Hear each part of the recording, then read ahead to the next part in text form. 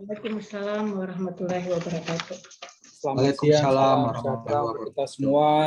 Swastiastu, Namo Buddhaya, Salam. Salam kebajikan, salam sehat, dan salam prestasi. Bapak Ibu yang saya hormati, sesuai dengan agenda hari ini kita ketemu lagi untuk sharing knowledge terkait dengan percepatan bagaimana lektor dapat menjadi lektor kepala maupun lektor kepala menjadi guru besar. Nah, sebelum dimulai, nanti moderatornya sekaligus nutulannya Pak Budi Purnomo, Buket 1 di STIP, dan yang pemaparan nanti Bu Rosnani. Saya ingin sampaikan beberapa hal bahwa kegiatan ini nanti akan menjadi rutin. Jadi akan menjadi rutin bagian dari pengabdian kepada masyarakat secara internal. Jadi nanti daftar hadirnya silakan disiapkan, Mbak Citra, nama dan asal sekolah, ya. Nah, nanti akan kita terbitkan sertifikatnya dari BPSDM, supaya kegiatan ini juga tidak hanya sekedar kegiatan untuk sharing knowledge, tapi ada dampaknya juga bagian dari pengabdian masyarakat secara internal di BPSDM. Nah, ada dua yang hari ini, setiap hari Senin Rebo, nanti adalah terkait dengan sharing knowledge terkait dengan jabatan fungsionalnya. Selasa Kamis adalah terkait dengan teman-teman yang saat ini sedang menempuh pendidikan doktor. Ini juga perlu dibuatkan satu sharing knowledge juga, supaya nggak berjalan sendiri-sendiri. Nanti yang pemapar adalah yang sudah selesai doktor, paparkan maksimal 20 lembar setiap Rabu Kamis. Ini juga pengabdian masyarakat, tapi lebih kepada one-to-one klinik. Nah, ini juga bagian nantinya kita harus sudah mulai bahwa teman-teman yang sekolah dokter ini pembimbing 2 atau pembimbing 3-nya itu harusnya dari kita. Supaya teman-teman kita yang sudah lektor kepala, sudah punya dokter itu punya pengalaman untuk itu dan bisa digunakan sebagai tiket untuk menjadi guru besar. Ini sudah harus dimulai. Kalau enggak ya kita nggak akan bisa membimbing. Nanti akan saya buat satu kebijakan bahwa yang sekolah doktor maupun sekolah magister itu pembimbing 2 atau pembimbing 3-nya itu wajib dari kampus kita. Nah, itu adalah beberapa hal yang penting. Hari ini kita akan lihat, kalau dilihat dari kemarin, hari Senin sebenarnya kita tuh lebih banyak yang harus dilakukan secara praktikal. Karena kalau secara teoretikal ya itu terus yang dibahas. Tapi secara praktikal nanti secara bertahap akan ditentukan topik-topiknya dan sebagainya. Dan saya minta teman-teman semuanya berpartisipasi ini. Kalau enggak ya mau dipercepat gimana kalau kita sendiri juga enggak menyadari bahwa pentingnya kita mengikuti hal ini, sharing knowledge dengan teman yang lain yang punya pengalaman terkait dengan jabatan fungsional dosennya. Sehingga tidak berdasarkan katanya ini jurnal bisa, katanya ini jurnal berbayar, dan sebagainya. Baik, silakan Pak Budi, lanjut. Terima kasih. Wassalamualaikum warahmatullahi wabarakatuh. Waalaikumsalam warahmatullahi wabarakatuh. Baik, terima kasih Pak Ses yang telah membuka kegiatan sharing knowledge pada siang hari ini, sesi kedua, yaitu yang kemarin dimulai dari hari Senin mengenai bimbingan teknis. Sekarang pada sesi kedua adalah kita mulai masuk kepada bagaimana sih agar kiat-kiatnya itu sukses kita mengajukan kenaikan jabatan fungsional dari lektor ke lektor kepala, dari lektor kepala menjadi guru besar. Tentunya yang tadi seperti dikatakan dengan Pak Ses, sangat gamblang sekali bahwa teori-teorinya sesuai dengan surat SOP-nya itu sudah jelas, bisa kita ikuti, tetapi yang lebih kita harus lihat adalah pengalaman. Kita mendengarkan pengalaman dari rekan-rekan kita yang sudah sukses mengusulkan kenaikan jabatan fungsional tersebut dari lektor menjadi lektor kepala, bahkan juga dari nanti ke depannya lektor kepala menjadi guru besar. Tentunya pengalaman ini tidak ada di dalam teori. Untuk sangat tepatnya pengalaman ini dibagikan kepada kita-kita agar kita-kita semua bisa mampu mempercepat bagaimana proses kenaikan jabatan fungsional tersebut. Baik, untuk mempersingkat waktu, dari kali ini akan di Bu Rosmania akan memaparkan kiat-kiat pengalaman beliau pada saat mengusulkan kenaikan jabatan fungsional dari lektor menjadi lektor kepala.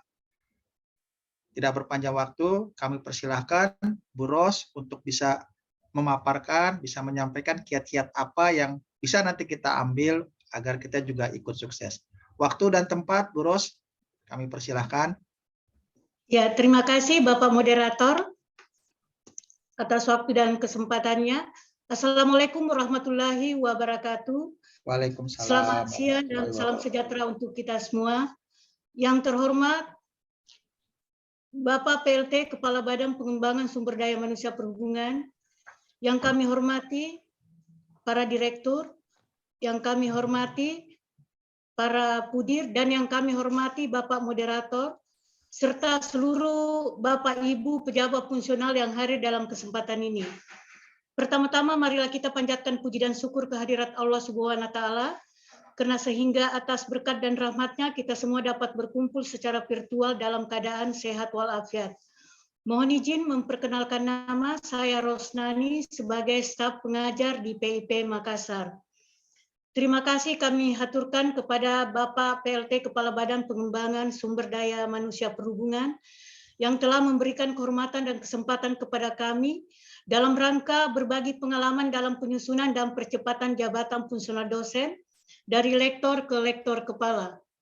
Di sini saya berada di hadapan Bapak Ibu bukan sebagai narasumber, karena istilah narasumber bagi saya itu terlalu wah, dan sepertinya masih sangat membutuhkan proses belajar yang lebih mendalam lagi.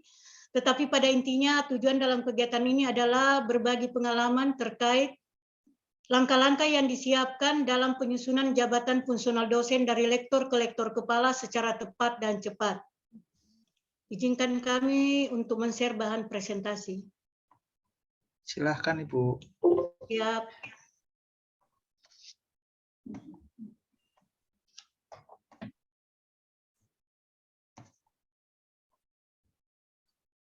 Mohon izin Bapak Ibu, apakah paparan kami terlihat dengan jelas? Belum. Jelas Bu Rosnani. Jelas Bu. Ya, jelas Bu. Siap. Suara kami terdengar dengan jelas Bapak Ibu? Jelas Jelas, Ibu. Bu. Secantik Ibu. Siap, terima kasih.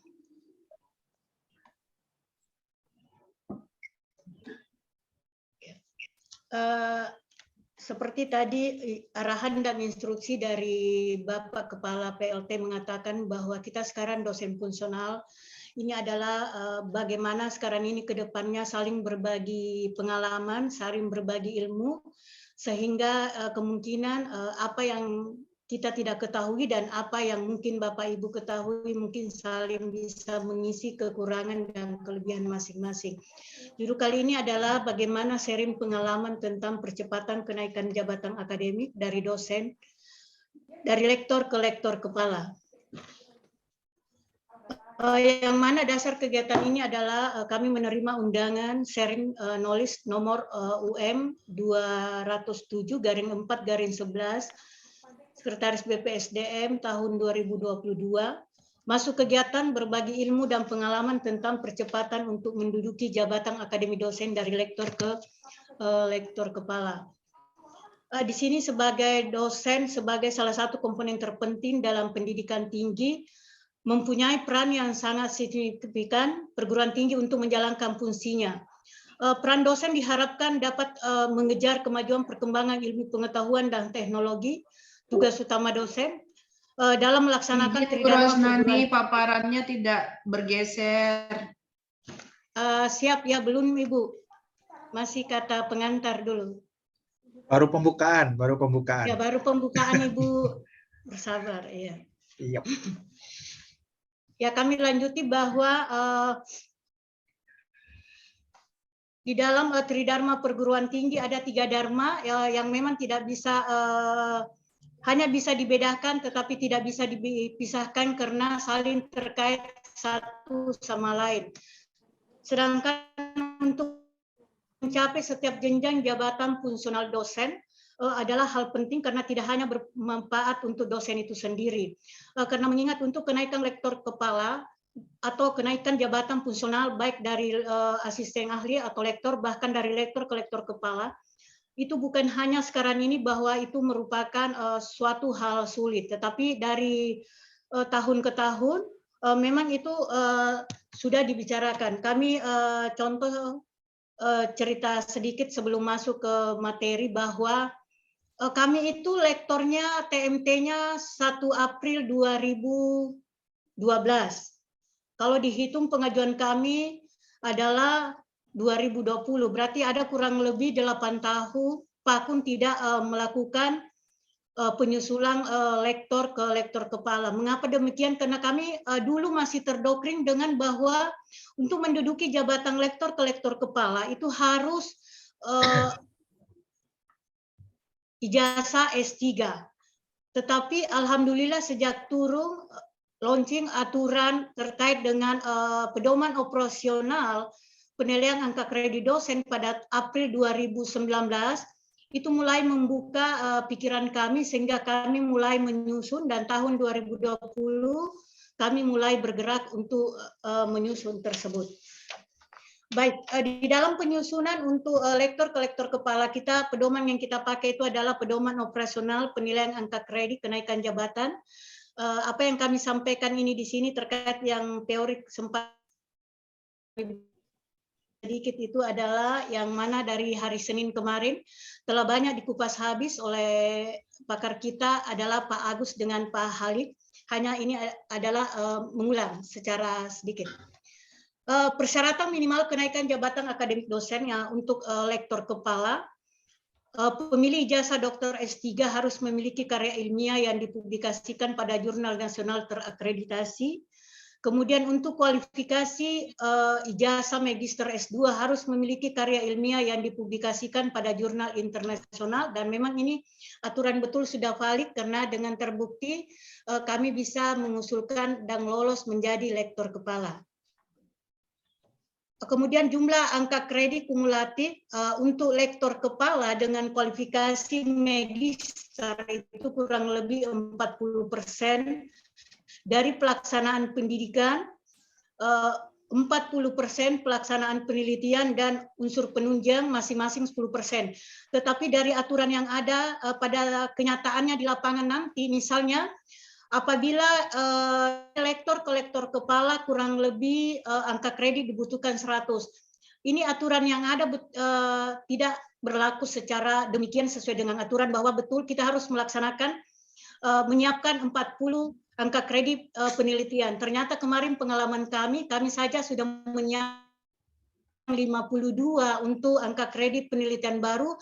Ternyata pihak Dikti mengatakan itu masih jauh dari kurang. Padahal angka kredit kami dari lektor ke lektor kepala kalau secara rumus itu hanya kurang lebih 70 angka kredit. Sedangkan untuk tanggung jawab sebagai penulis karya ilmiah, lektor kepala magister untuk jurnal nasional di sini disarankan ada, dan memang harus ada paling tidak peringkat 4, kemudian jurnal nasional terakreditasi juga peringkat 1 dan 2, dan juga jurnal internasional wajib ada. Jurnal internasional bereputasi adalah disarankan. Dari hasil pengalaman kami, 4 kotak ini bukan hanya disarankan, tetapi memang wajib ada. Walaupun aturan yang ada tertera di dalam di sini bahwa hanya jurnal internasional diwajibkan, tetapi sesuai dengan pengalaman kami, ternyata juga dianggap alasan penolakan karena masih kurang dengan jurnal nasional maupun jurnal internasional. Sama untuk jenjang jabatan golongan ruan dan angka kredit, itu untuk pendidikan, penelitian, pengabdian kurang lebih 90%, sedangkan untuk unsur penunjang di sini adalah 10%.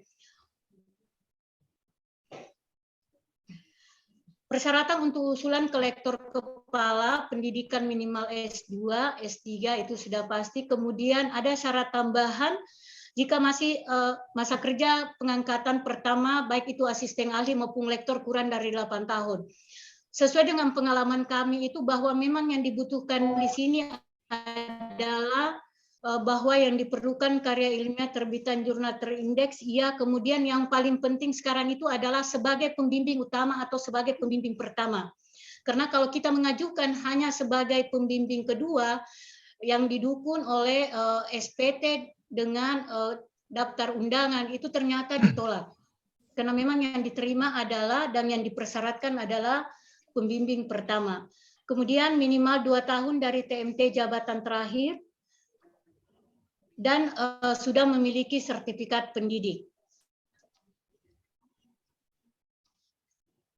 Ini adalah data yang dibutuhkan pada saat pengusulan buat Bapak Ibu mungkin yang rencana mengusulkan untuk lektor ke lektor kepala. Di antara poin 1 sampai 14 ini adalah poin 14 ini juga kemarin yang merupakan juga ada kekeliruan karena memang nama bidang ilmu kalau sesuai dengan nama bidang ilmu kita bukan sebagai misalnya prodi notika atau teknika, tetapi memang nama bidang ilmu di sini disesuaikan dengan yang ada tertera pada sertifikasi dosen. Sehingga salah satu persyaratan untuk menjadi lektor ke lektor kepala harus mempunyai sertifikat dosen karena nama bidang ilmu yang tertera di sertifikat tersebut memang dituangkan di dalam persyaratan sebagai lektor kepala pada saat pengusulan. Kemudian yang data-data yang harus di-scan yang pasti adalah ijazah terakhir, kemudian juga adalah abstrak disertasi atau tesis. Mungkin sampai sekarang kalau memang S2-nya kita sudah tahun-tahun kemarin, mungkin mulai dari sekarang memang harus dicari karena ternyata salah satu pendukung penting juga adalah adanya scan abstrak disertasi yang asli. Kemudian adalah surat keputusan pemberian tugas belajar bila ada, rekad dupat lampiran 3, SK4 terakhir, kemudian penilaian kinerja PNS 2 tahun terakhir, SK jabatan terakhir, kemudian SK surat keterangan melaksanakan penelitian ini adalah ditandatangani oleh Kepala UPT, persetujuan pertimbangan Senat ditandatangani oleh Sekretaris dan Ketua Senat, daftar hadir demikian, surat pernyataan pengesahan hasil validasi juga ditandatangani oleh Kepala UPT dan surat pernyataan keabsahan karya ilmiah ditandatangani oleh dosen pengusul dan sertifikat pendidik, serta yang terakhir adalah surat pengantar kedikti yang ditandatangani oleh Kepala UPT. Sehingga bisa dikatakan memang bahwa kami juga kemarin salah satu pendukung yang paling besar sehingga kami bisa lolos menjadi lektor ke lektor kepala, ya adanya dukungan penuh dari Kepala UPT kami dan jajarannya sehingga bisa terlaksana. Karena tanpa dukungan penuh juga, walaupun dokumen kita lengkap, itu mungkin juga akan pincang atau tidak terlaksana dengan baik.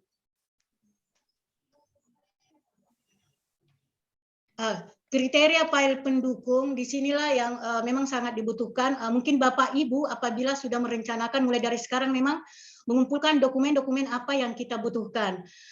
Karena terkadang kita sadari masing-masing bahwa terkadang dokumen penting itu bertebaran di mana-mana, ada di laci, ada di meja. Pada saat dibutuhkan baru keteter kita mencari. Kami alami sendiri seperti itu.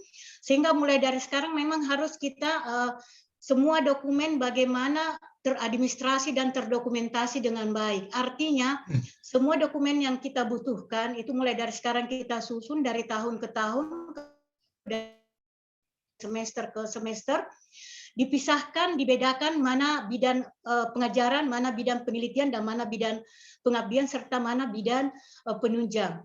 Sehingga nanti itu bagi dosen pengusul apabila sudah terdokumentasi dalam bentuk PDF dan sudah disimpan dengan baik di dalam sebuah folder, itu akan membantu meringankan atau mempersingkat waktu. Karena terkadang kalau tidak tersimpan dengan baik, kita juga membutuhkan waktu untuk mengumpulkan data tersebut. Kemudian data tersebut setelah di PDF-kan, kita harus disimpan dalam PDF dengan maksimal ukuran itu adalah 2 MB. Dan yang paling penting lagi bahwa semua jurnal yang telah dituangkan itu online dan dalam peer review adalah online juga. Nanti akan kami jelaskan berikutnya bahwa salah satu di antara alasan penolakan dari pengalaman-pengalaman teman itu adalah karena jurnal tidak online, peer review-nya tidak online.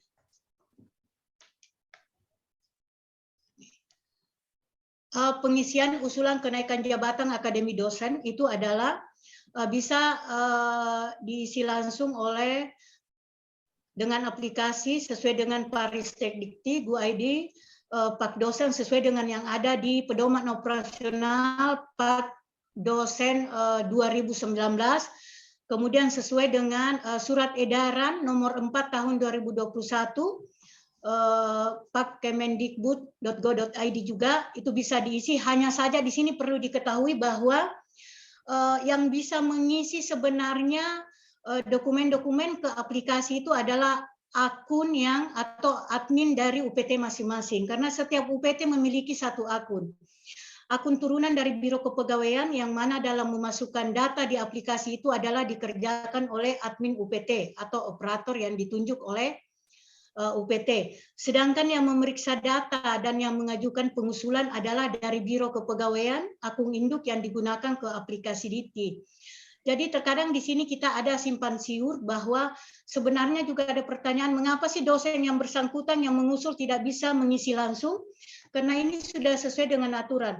Sekarang sesuai dengan aturan Surat Edaran Nomor 4 Tahun 2021 terkait dengan Pedoman Operasional PAK 2019 bahwa itu sebenarnya dosen pengusul sekarang sudah bisa juga membuka aplikasi tersebut. Hanya saja bisa memantau riwayat pengusulannya, tetapi tidak bisa mengisi kembali misalnya revisi perbaikan.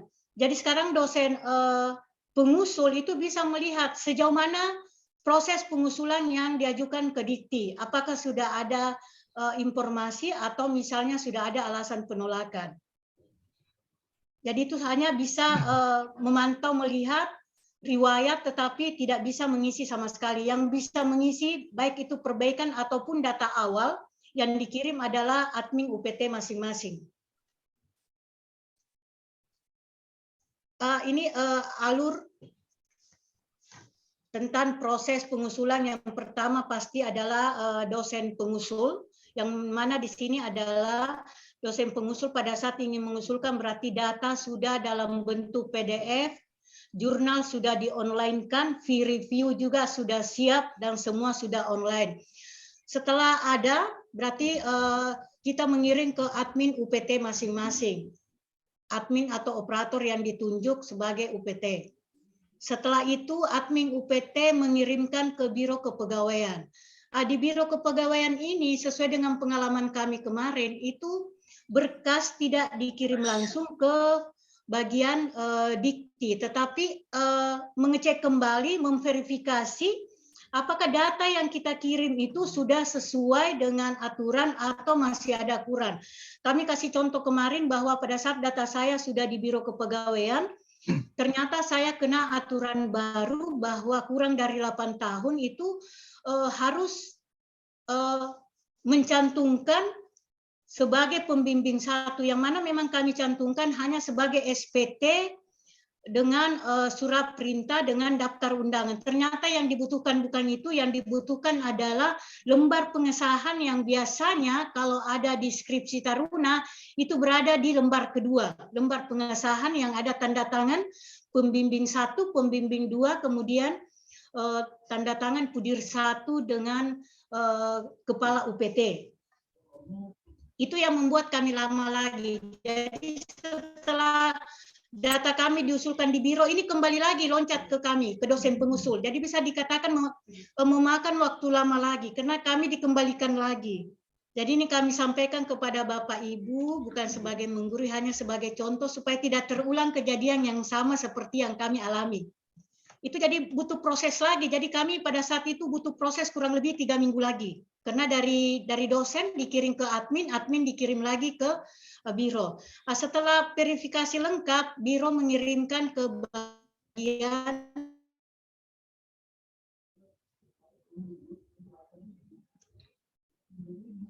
Di sini di dikti Bisa diulang, apabila Mbak? lolos maka Tadi akan lahirlah kurang bagus. ya. Diulang, Bu Ros. Tadi ada Oh, ya. putus-putus mungkin yang tadi kembali ke biro yang itu. Kembali ke ya. dosen pengusul. Siap, mohon maaf. Jadi setelah kembali ke biro kepegawaian ini, nanti biro kepegawaian mengatakan bahwa berkas kami sudah diverifikasi dan lengkap dan dikatakan sesuai kriteria, sesuai aturan, maka biro membuka dikti. Ya. Di dikti ini dibutuhkan waktu yang lama. Sehingga misalnya lolos, akan. Di sini juga nanti pada saat biro kepegawaian menunggu SK turun juga ini tergantung dari mungkin waktu juga. Di sini kalau misalnya tidak lolos, disinilah yang akan membuat waktu lama. Ini waktu di sini sengaja kami tulis di sini bisa cepat, bisa lama itu tergantung dengan dosen pengusulnya. Kalau misalnya dosen pengusulnya langsung bertindak sesuai dengan revisi dari dikti, itu mungkin saja bisa cepat. Tetapi kalau revisinya juga yang meminta jurnal meminta tambahan, sedangkan di samping kita sebagai dosen pengusul, kita belum ada jurnal cadangan, kita baru mau mengurus jurnal. Bisa dibayangkan membutuhkan waktu yang sangat lama. Sehingga pada saat kami juga proses pengusulan di sini ini, kami salah satunya adalah diminta lagi jurnal internasional 1. Untungnya kami kemarin mempunyai strategi bahwa kami memiliki jurnal internasional 2, tetapi pada saat pengajuan pertama itu kami tidak langsung kirim 2. Karena kami membaca pengalaman baik yang ada di internet maupun pengalaman teman-teman yang dulu melalui secara manual, itu pasti dikti selalu meminta tambahan jurnal penelitian, pasti selalu. Sehingga pada saat kami kemarin revisi penolakannya termasuk itu, kami langsung menyusun kembali secara cepat karena memang kami sudah menyediakan jurnal. Sedangkan di sini pada saat proses penungguan lektor kepala, kemarin kami paknya turun itu adalah 1 Juli 2000. Ini Bu, kemarin itu jadi ada orang Aceh, ngecek aslinya itu. 1 Juli 2021 kemarin kami sudah turun penilaian angka kredit dari dikti, tetapi kami dilantik pada tanggal 16 Desember 2021. Jadi walaupun cepat turun paknya, tetapi dilantiknya juga menunggu mungkin rezeki dengan mungkin di sini adalah tergantung dengan nasib. Karena kami mungkin seandainya kami kemarin cepat turun SK-nya, mungkin kami bisa penyesuaian naik pangkat Oktober, tetapi itu sudah rezeki kami dilantik sebagai lektor kepala pada tanggal 16 Desember. Dan itu juga sebagai rezeki yang sangat luar biasa. Ini salah satu alasan penolakan kami kemarin. Mohon izin Bapak Moderator, apakah suara saya masih terdengar?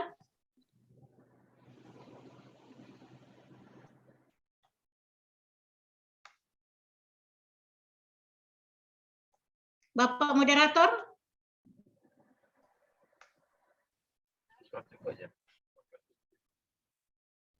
Masih jelas, Bu. Lanjut.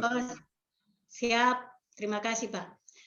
Ini kemarin contoh alasan penolakan usulan kami itu adalah, dan alasan-alasan yang saya tuangkan ini di sini adalah sama saya ambil dengan alasan teman-teman, karena terus terang kemarin kami menyusun itu adalah 3 orang dari PIP Makassar, tetapi sampai sekarang 2 masih terkendala dengan yang pertama masih ada beberapa data yang harus direvisi, kemudian yang kedua juga masih ada beberapa jurnal yang diminta, jadi ini saya rangkum jadi 1, bisa menjadi mungkin sebagai bahan pertimbangan pengalaman buat Bapak Ibu nantinya yang akan menyusun, karena pada dasarnya sebenarnya alasan penolakannya itu adalah yang paling sama atau secara garis umum kemarin seperti yang saya sendiri itu adalah jurnal kami tidak online. Jadi pada saat proses dikti memeriksa jurnal tersebut ternyata tidak didapati online atau fee review-nya itu adalah tidak online. Mengapa demikian? Setelah kami telusuri ternyata bagian IT kami atau yang ada di PIP Makassar itu kebetulan bermasalah aplikasinya. Jadi itu yang menghambat kami, sempat ada 1 bulan juga kami lagi proses mengurus dari awal kembali, karena kami pasti setiap ada revisi seperti ini berarti proses pengusulannya mulai dari awal kembali lagi. Itu kalau kita cepat bergerak. Kemudian yang paling kedua, alasan kedua itu adalah fee review, nilai teman sejawat yang ada di dalam fee review itu harus betul-betul sesuai dengan standar yang ada di pedoman operasional FAK 2019. Karena jangan sampai kita kasih jurnal kita nilainya 15. Ternyata Dikti tidak mengakui bahwa jurnal yang kita beri 15 tersebut akhirnya peer review-nya juga dianggap tidak valid atau dianggap tidak berlaku. Dianggap teman sejawat yang menilai hasil jurnal kita itu melebihi dari kualitas yang ada, melebihi dari isi yang distandarkan. Kemudian adalah jumlah KUM kurang akibat pemotongan nilai. Di sini yang kami kasih contoh misalnya kekurangan dari lektor ke lektor kepala 100. Ternyata standarnya harus 400 dan yang saya ajukan cuma 450 misalnya. Ternyata Dikti sudah memotong 150. Jadi untuk menjadi lektor kepala kan aturannya harus 400. Dikembalikan lagi karena tidak cukup dengan angka kredit yang diharuskan. Kemudian adalah membuat satu jurnal internasional yang bereputasi. Ini bagi Bapak Ibu yang merencanakan menyusun memang mulai dari sekarang. Kalau ingin membuat ya jangan membuat 1, tetapi membuat 2 saja. Kalaupun dipakai, alhamdulillah. Kalau tidak dipakai masih bisa dipakai pada saat kenaikan pangkat atau jabatan berikutnya. Ini yang kami kasih contoh yang dikatakan fee review, bahwa nilai yang ada di dalam fee review ini yang harus yang nilai angka kredit, yang misalnya saya sebagai anggota 4 orang, ternyata jurnal ini adalah nilainya 10, yang mana aturannya kalau ketua mendapat 60%, sedangkan anggota itu adalah 40%. Kalau anggotanya 3, berarti 40% dibagi 3. Itu misalnya saya kasih contoh punya saya 1,33. Ini harus betul ditulis 1,33 karena banyak mungkin teman kita hanya menulis 2 atau 3. Itu tidak ada aturannya seperti itu. Dan memang pihak Dikti betul-betul memeriksa secara serius, artinya serius menyesuaikan betul dengan aturan yang ada. Kemudian ini yang kedua adalah, ini kalau jurnal nasional, yang jurnal internasional itu juga kami kasih nilai 20, memang sesuai dengan yang ada di tabel 7 halaman 26, halaman 30. Sehingga memang sebelum menyusun memang sangat betul harus dipahami dulu aturan-aturannya, sehingga nanti tidak membutuhkan waktu yang sangat lama buat dosen pengusul. Ini salah satu contoh jurnal Sinta 4 yang mana memang jadi pada saat Bapak Ibu ingin mengajukan jurnal, kami juga ini membuat jurnal ya pasti prabayar. Karena kalau kami ingin free itu membutuhkan waktu yang lama, kemudian juga membutuhkan memang review-reviewnya itu yang sangat panjang. Kami di sini ada contoh teman yang sudah tembus Scopus, itu juga membutuhkan 2-3 tahun dia tembus Scopus. Jadi kalau kita menunggu juga yang memang bagus sebagai pembelajaran, tetapi kita juga mengejar waktu untuk kenaikan pangkat dan jabatan. Sehingga pada saat kita memakai jurnal prabayar di sini, yang harus dilihat memang juga bahwa jurnal yang kita akan tempati itu memang betul-betul jurnal yang sesuai dengan kriteria yang apa yang distandarkan oleh Kemendistri. Sama, ini adalah jurnal internasional kami yang tadi kami sampaikan dengan mendapatkan nilai angka kredit 20.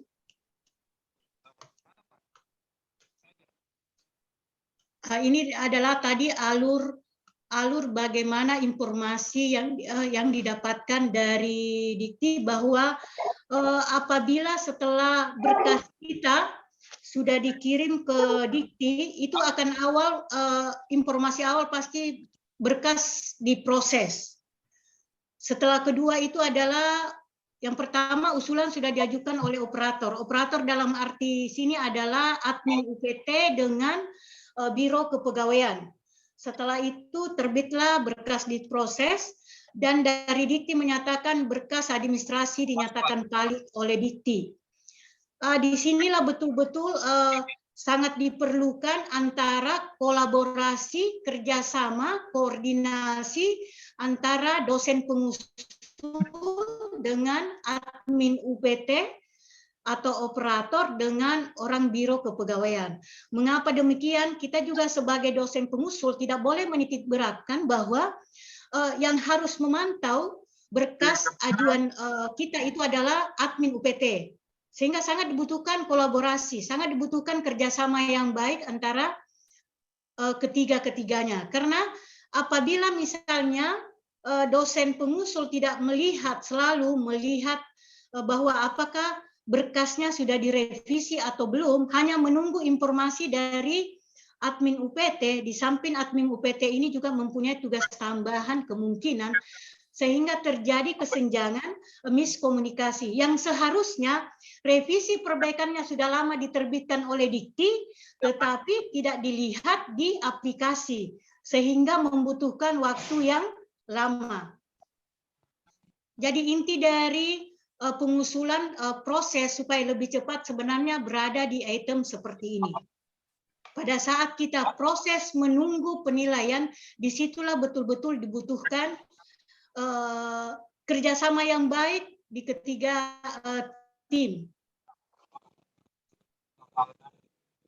Dan seperti ini setelah ada contoh kemarin kami turun tanggal 26 Juni 2021, ada berita yang kami dapatkan dari operator dengan dari admin, karena memang kemarin kalau saya hampir dibilang, kalau Pak Moderator saya kurang malu. Hampir tiap hari saya WA, mohon izin Bapak, bagaimana, apakah sudah ada informasi itu.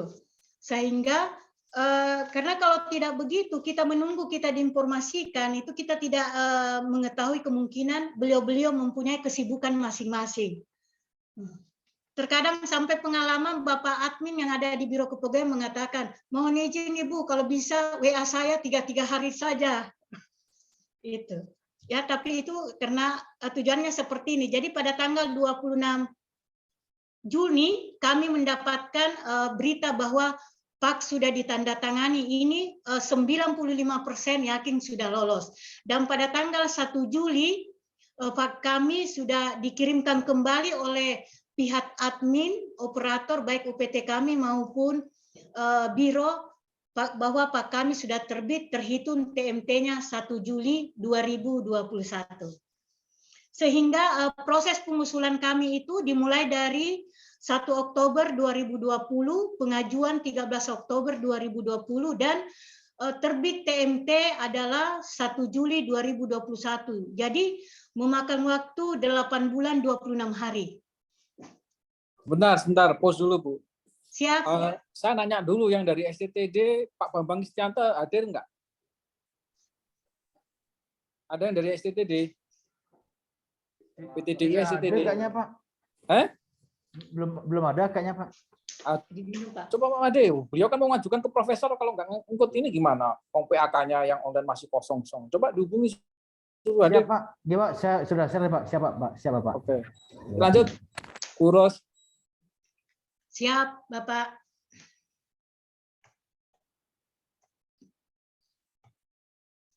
Ya, ini tadi kami terakhir mengatakan bahwa pengusulan kami itu proses memakan waktu kurang lebih 8 bulan 26 hari. Ini yang perlu kami garis bawahi bahwa kemarin angka lektor kami itu nilai terakhirnya adalah 330. Kalau dipikir-pikir bahwa untuk mencapai lektor kepala hanya dibutuhkan 400, tetapi strategi yang kami masukkan kemarin itu karena adanya contoh-contoh yang telah kami pelajari, baik contoh-contoh yang sudah melalui secara manual, itu bahwa nilai yang kita asukan itu adalah tidak boleh pas betul. Karena itu yang harus dihindari, jangan sampai ada pemotongan nilai angka kredit dari dikti. Makanya strategi kemarin kami kasih 600. Jadi kami 2 kali dari jumlah lektor kami ajukan. Kurang lebih 653. Dan yang turun adalah 412. Yang mana penelitian angka kredit. Nah, di sini bisa dilihat bahwa tadi ada aturan yang diperlihatkan bahwa aturan untuk terkait 40% dari jumlah pengajaran, kemudian penelitian, kemudian untuk data pendukung itu masing-masing 10%. Kalau sesuai aturannya kami mungkin kurang lebih hanya 40 di sini. Tetapi pada saat kami ajukan masih diminta 1, padahal sebenarnya kalau 40 juga cukup, tetapi itulah aturan dikti. Mungkin yang namanya juga memeriksa dikti adalah tergantung asesornya masing-masing.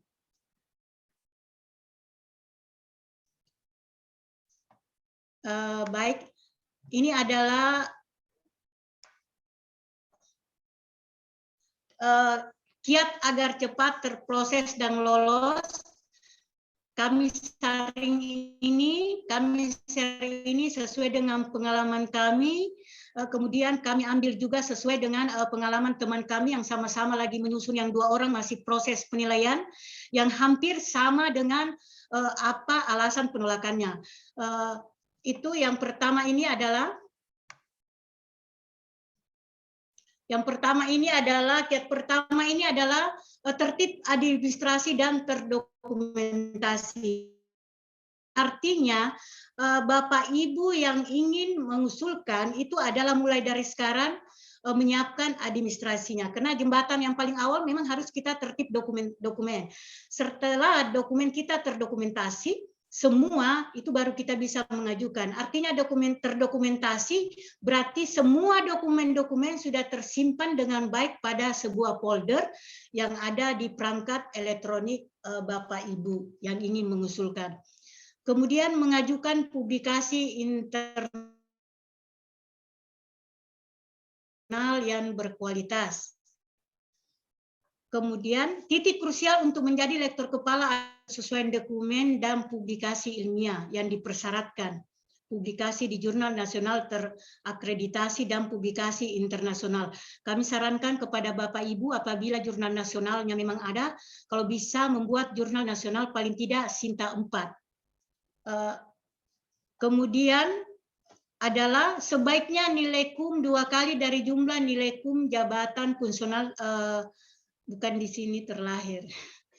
Untuk menghindari jumlah KUM yang terakhir, untuk menghindari jumlah KUM kurang akibat pemotongan nilai. Kami masukkan di sini sebagai kiat karena memang juga itu adalah salah satu alasan penolakan yang sering terjadi karena jumlah KUM yang diajukan pas betul atau tidak ada persiapan apabila misalnya ada kekurangan dari dikti. Kemudian bidang ilmu yang dicantumkan di dokumen harus sesuai dengan sertifikat pendidik atau dosen. Ini adalah sesuatu hal sepele, tetapi pada saat di biodata lembaran pertama kita mengajukan, ini tidak sesuai dengan bidang ilmu yang sesuai di sertifikat pendidik, itu pasti data Bapak Ibu yang mengajukan dianggap tidak akurat.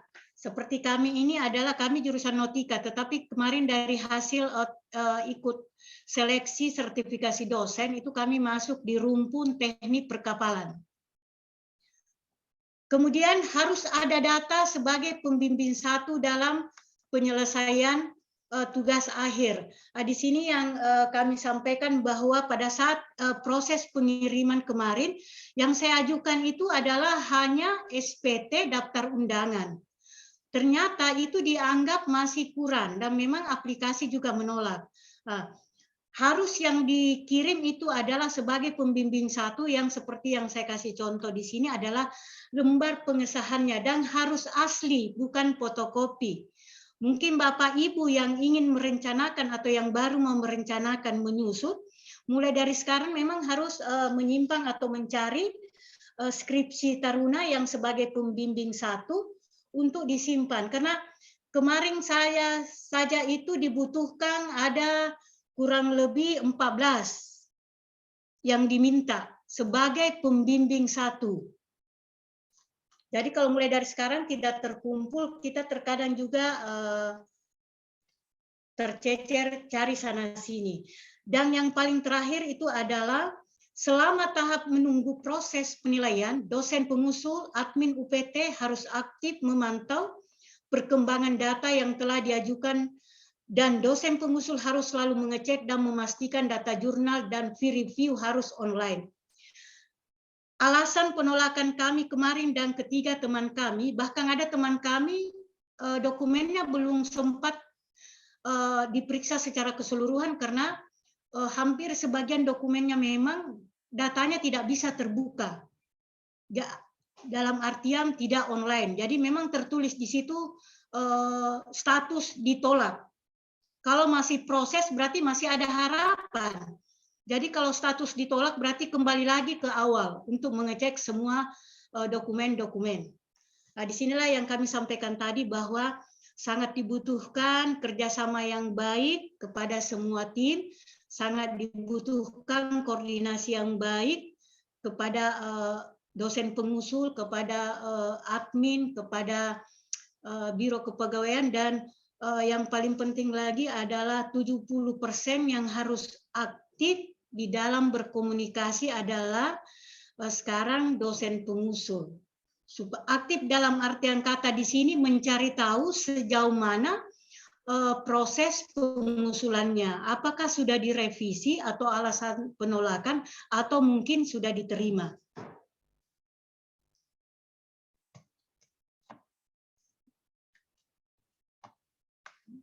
Mohon maaf Bapak Ibu. Dan terakhir bahwa dosen tentu perlu strategi yang tepat dan matang agar angka kredit dosen yang berhasil dikumpulkan bisa lebih maksimal. Kuncinya tentu saja bukan hanya bekerja ekstra keras, namun bekerja secara cerdas. Dosen wajib tahu tugas seperti apa saja dan harus dikerjakan dengan teknik bagaimana agar bisa maksimal dalam mendapat angka kredit dalam melaksanakan Tridharma perguruan tinggi. Perkataan ini juga buat diri saya pribadi sendiri. Di sini yang saya katakan bahwa terkait mungkin Bapak Ibu yang sudah menduduki jabatan lektor tetapi belum memiliki serdos, mungkin mulai dari sekarang mempersiapkan data yang ada karena untuk serdos ada beberapa teman kami juga yang masih sementara pengurusan.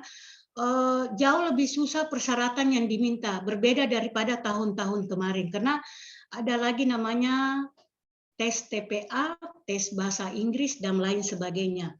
Kemudian mungkin Bapak Ibu yang belum sebagai pembimbing satu, karena terkadang di setiap UPT mempunyai standar penulisan skripsi atau pembimbingan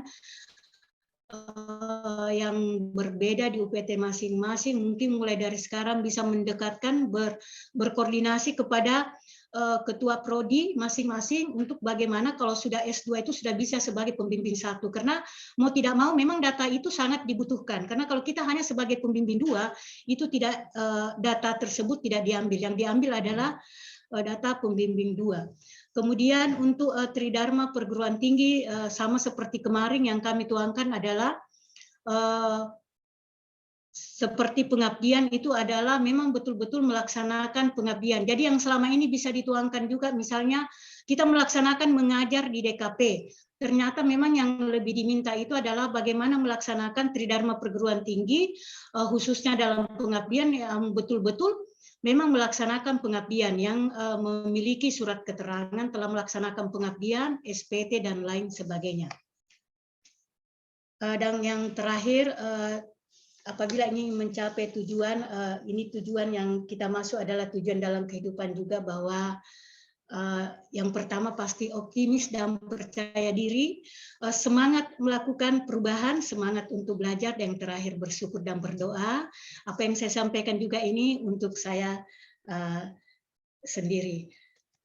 Demikian Bapak Ibu apa yang kami sampaikan dalam paparan ini. Apa yang kami sampaikan itu adalah sesuai dengan pengalaman kami, mudah-mudahan ada yang bisa diambil oleh Bapak Ibu. Ini bukan sebagai pembelajaran, tapi hanya sharing pengalaman saja, karena di setiap dosen pengusul pasti berbeda kendala-kendala yang dihadapi di lapangan. Terima kasih atas perhatian Bapak Ibu. Mohon maaf apabila ada kesalahan dan banyak kekurangan. Wassalamualaikum warahmatullahi wabarakatuh. Kami kembalikan kepada Bapak Moderator. Waalaikumsalam. Waalaikumsalam. Tafadhal. Waalaikumsalam warahmatullahi wabarakatuh. Terima kasih Bu Rosnani atas sharing knowledge-nya, luar biasa, Ibu. Siap. Ya, membuka kembali kepada kita semua di sini, dosen-dosen di bawah BPSDM, bahwa memang dibutuhkan effort yang cukup, yang tadi seperti Mbak Rosnani katakan, tidak hanya kerja keras tapi juga kerja cerdas, sehingga kita semua dapat mengatasi kendala-kendala yang ada, atau bahkan kita mampu mencegah itu menjadi kendala semua. Baik Bapak Ibu dosen yang hadir pada kesempatan ini, kita masuk kepada kegiatan berikutnya, yaitu baru nanti mungkin rekan-rekan akan banyak bertanya, Baros, Ya, menanyakan kiat-kiat apa-apa, apa atau mau ya. menanya bagaimana Ya. memecahkan satu masalah yang dihadapi jika kita menghadapi masalah ini atau masalah itu. Nanti Baros mohon bantuannya, penjelasannya agar kita semua nantinya menjadi lebih paham, lebih gamblang untuk bagaimana kita bekerja cerdas agar kita dapat mencapai tujuan. Tapi sebelum saya sampaikan ini, saya dapat kabar gembira bahwa ada salah satu dosen di lingkungan BPSDM, yaitu dari Poltek Ban Surabaya, atas nama Bapak Setio Haryadi Susanto Putro, sudah gol lektor kepala 4B-nya kemarin tanggal 1 November 2021. Selamat Pak Setio, sudah gol. Nanti juga kita tunggu kiat-kiatnya agar sukses kita semua ini rekan-rekan menjadi lektor kepala. Baik, bagi rekan-rekan semua yang hadir di sini, mungkin ada yang ingin ditanyakan atau ada yang ingin didiskusikan, dipersilahkan waktu dan tempatnya. Silahkan Bapak Ibu. Izin bertanya Pak. Mohon izin Pak. Ya ini. Di Purnama. Ya silahkan Bapak. Iskandar Pak dari. Ya Pak Iskandar, Poltekpel. Ya monggo. Izin yang terhormat Bapak PLT Kabadan, Bapak Moderator, Bapak Ibu sekalian. Pertama-tama kami ucapkan ke Bu Rosnani ya, selamat atas sudah diterimanya PAK-nya sehingga sudah resmi diangkat sebagai lektor. 8 bulan Bapak. Saya 2 tahun ini Pak. Oh, siap. Saya urus dari tahun 2002. Saya 2000 urus. Dari 2019 ya. Masih ditolak. Nah, kiat-kiat dari Bu Rosnani nanti. Monggo silakan Pak Iskandar. Ya.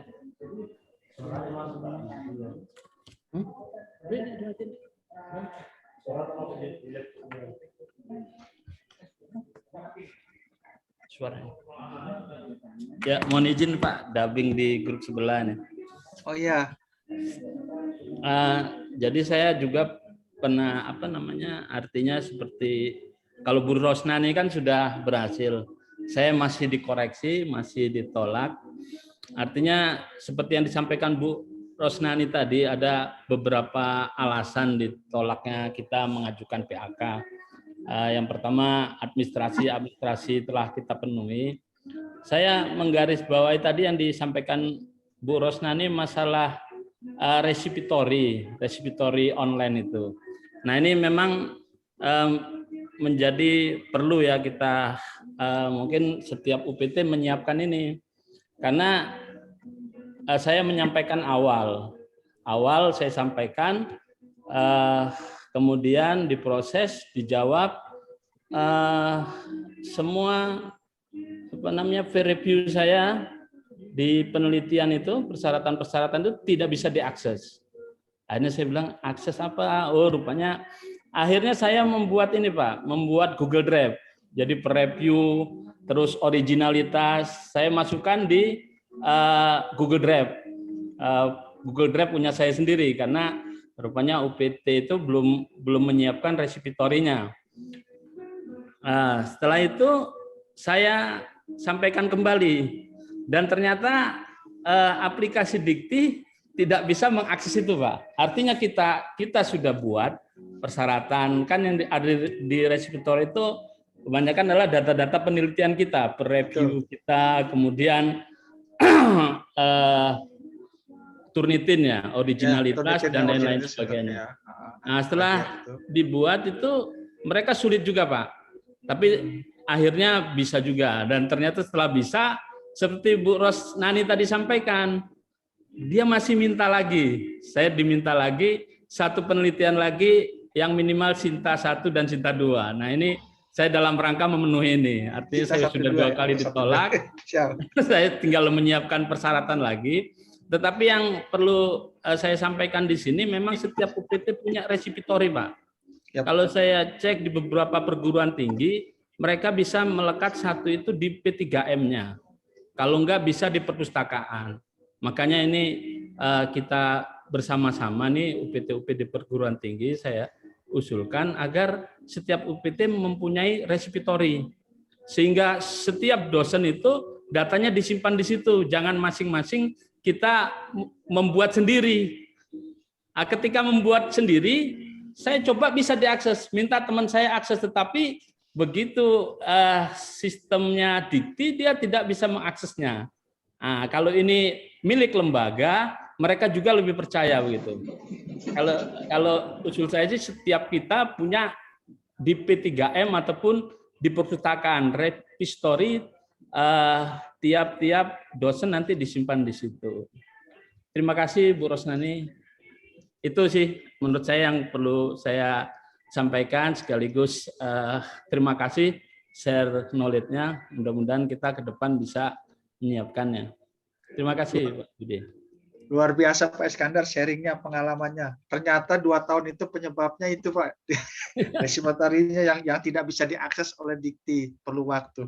Nah itu kembali lagi tadi dengan pesan Bu Rosnani ya, bahwa memang kita harus cerdas, kita ikuti segala POK yang ada ya Bu Ros ya, agar apa-apa yang kita kerjakan itu juga bisa tepat waktu, dan tentunya tadi yang Bu Ros bilang seperti minum obat, dipantau terus setiap hari di mana kekurangannya, kelebihan atau apa yang harus kita perbaiki. Baik Bu Ros, mungkin ingin menanggapi, monggo silakan. Siap, terima kasih Bapak Moderator.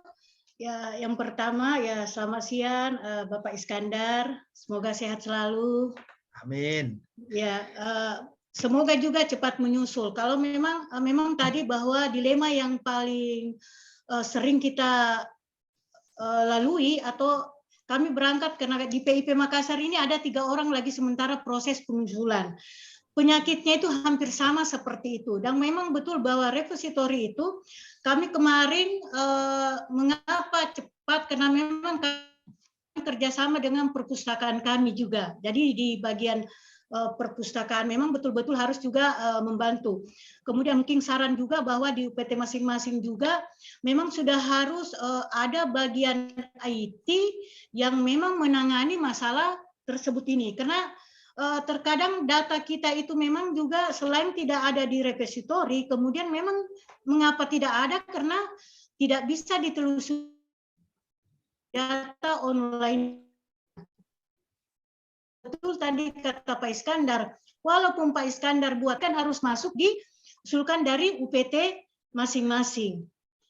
Demikian. Dan untuk Pak Iskandar, kalau tadi yang mengatakan sudah ada Sinta 2, ya mudah-mudahan secepatnya mungkin bisa keluar, karena kemarin juga yang kami usulkan juga itu setelah ada Sinta 2 langsung terproses, akhirnya revisi 1 kali kurang lebih hanya 1 bulan informasi keluar bahwa PAK sudah ditandatangani. Jadi terakhir kami ucapkan kepada Pak Iskandar, tetap semangat, kalau proses pengusulan yang harus dipantau-pantau selalu, Pak. Buang-buang muka, buang-buang malu dulu. Kalau saya sih tiap hari memantau UPT. Minum obat, Pak Is. Iya. Biar sembuh cepat. Obat itu. Supaya mereka juga semangat selalu melihat ini. Apalagi sekarang kan dosen sekarang sudah bisa melihat ayat proses pengusulannya, bisa melihat sendiri. Kalau sudah mendaftar memiliki NIDN, sudah mendaftar itu memiliki akun, itu bisa melihat. Cuma di sini hanya sebagai proses, sebagai hanya bisa melihat riwayat, tetapi tidak bisa mengupload data atau merevisi data terkait dengan alasan penolakan. Sekali lagi kami ucapkan kepada Pak Iskandar, semoga cepat. Terima kasih, kami kembalikan kepada. Terima kasih Bu Rosnani, luar biasa memang. Iya, ini repository ini memang diperlukan, nanti bisa dilihat ke masing-masing satuan kerja di bawah BPSDM untuk bisa memastikan unit-unit kerjanya memiliki repository online yang memang ini sangat membantu sekali. Baik, kepada rekan-rekan dosen sekalian yang hadir pada kegiatan ini, mungkin ada lagi, monggo dipersilahkan bertanya kepada Bu Rosnani untuk sharing knowledge juga, atau mungkin ada pengalaman-pengalaman yang bisa dibagikan kepada kita semua yang hadir pada kegiatan ini. Monggo dipersilahkan. Izin Pak Budi, boleh? Boleh, silahkan, monggo Bapak. Baik, terima Lanjutkan. kasih. Siap, kami hormati Bapak Sesban, Bapak Moderator, Bapak Ibu Kepala UPT, Bapak Ibu Barawadir, dan rekan-rekan dosen. Ini beberapa yang mau saya tanyakan kepada Bu Ros. Mohon izin Ibu. Siapa? Adis, bentar. Siapa Pak? Bentar dulu. Pak Made, bentar. Sudah masuk belum?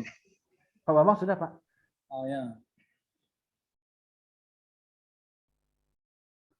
Siap, izin. Ibu, saya sangat apresiat sekali dengan usaha Ibu tadi ya. Kayaknya saya nggak ada apa-apanya deh Bu. Ada Pak Made, ada kok. Lanjut Pak Made. Ibu, siap Bu. Saya saya ditolak Bu tahun 2017. Nah, tadi kan Ibu bilang kalau ditolak harus mulai dari awal kan itu Bu ya. Nah, ternyata saya cek itu kemarin ternyata masih ada dokumennya Bu. Nah, apakah itu diganti semua atau gimana Bu ya? Itu satu Bu. Terus yang kemudian di situ ada review buku Bu ya. Saya kemarin ada buku. Nah, buku itu kan dulu kita buat di percetakan. Nah, percetakan itu cuman menambahkan cover doang di percetakan itu. Nah, dia ketika diakses nggak bisa diakses isinya, terus nggak bisa dinilai. Nah, itu gimana Bu ya? Cara ngakalinya. Jadi dokumennya saya ada. Tapi dokumen itu kan itu sekarang miliknya percetakan Bu. Itu 2. Ketiga, kalau saya hanya butuh Sinta 2 Bu. Saya ada Scopus, tapi Scopus kayaknya udah terminate Bu, di pending, hilang tahun 2020. Jadi nggak bisa saya pakai lagi. Nah, tapi saya ada proceeding terindeks. Itu bisa menggantikan Sinta nggak Bu ya? Kemudian tadi ada nggak untuk mengakali terkait dengan dokumentasi? Kalau ke repository tuh, repository. Nah, saya masih belum firm gimana memasukkan misalkan untuk link peer review. Nah, maksudnya kita bikin folder di repository sendiri atau seperti apa Bu? Link korespondensi itu misalkan memasukkan ke repository kita itu.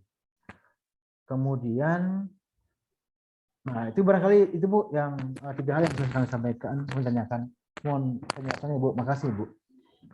Ya, terima kasih Pak. Ada 4 ini saya lihat ya. Kami mencoba menjawab karena di sini juga kita sama-sama belajar. Hanya saja mungkin karena ya itu tadi dikatakan bahwa pengalaman sudah duluan lektor kepala. Yang pertama, dokumen ditolak atau diganti. Di sinilah yang tadi kami sampaikan, Pak, bahwa Bapak itu harus berkoordinasi langsung ke adminnya Bapak. Adminnya kan dari biro, dari admin UPT-nya Bapak ke admin biro. Nanti menanyakan bahwa dokumen ditolak itu atau dibutuhkan apa? Haruskah diganti atau diperbaharui lagi? Apakah dokumen tersebut dianggap tidak valid atau seperti apa. Jadi Bapak dulu harus cari tahu sampai sejauh mana dokumen ini, mengapa sampai ditolak. Kalau ditolak kan artinya ada yang kurang atau ada yang salah di dalam dokumen tersebut.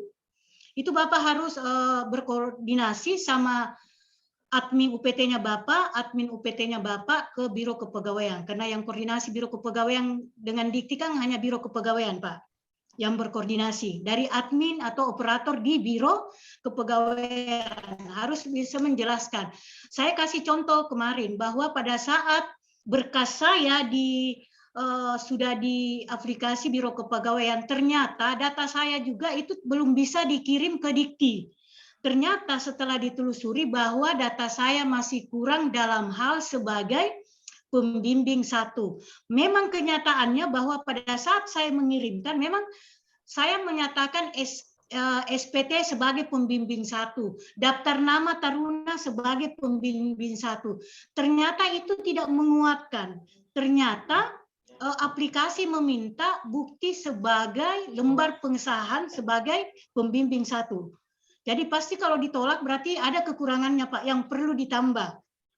Mungkin kalau dibilang dikembalikan mungkin tidak, tetapi ada yang harus ditambahkan supaya melengkapi lagi. Itu yang pertama. Yang kedua, buku dipercetakan.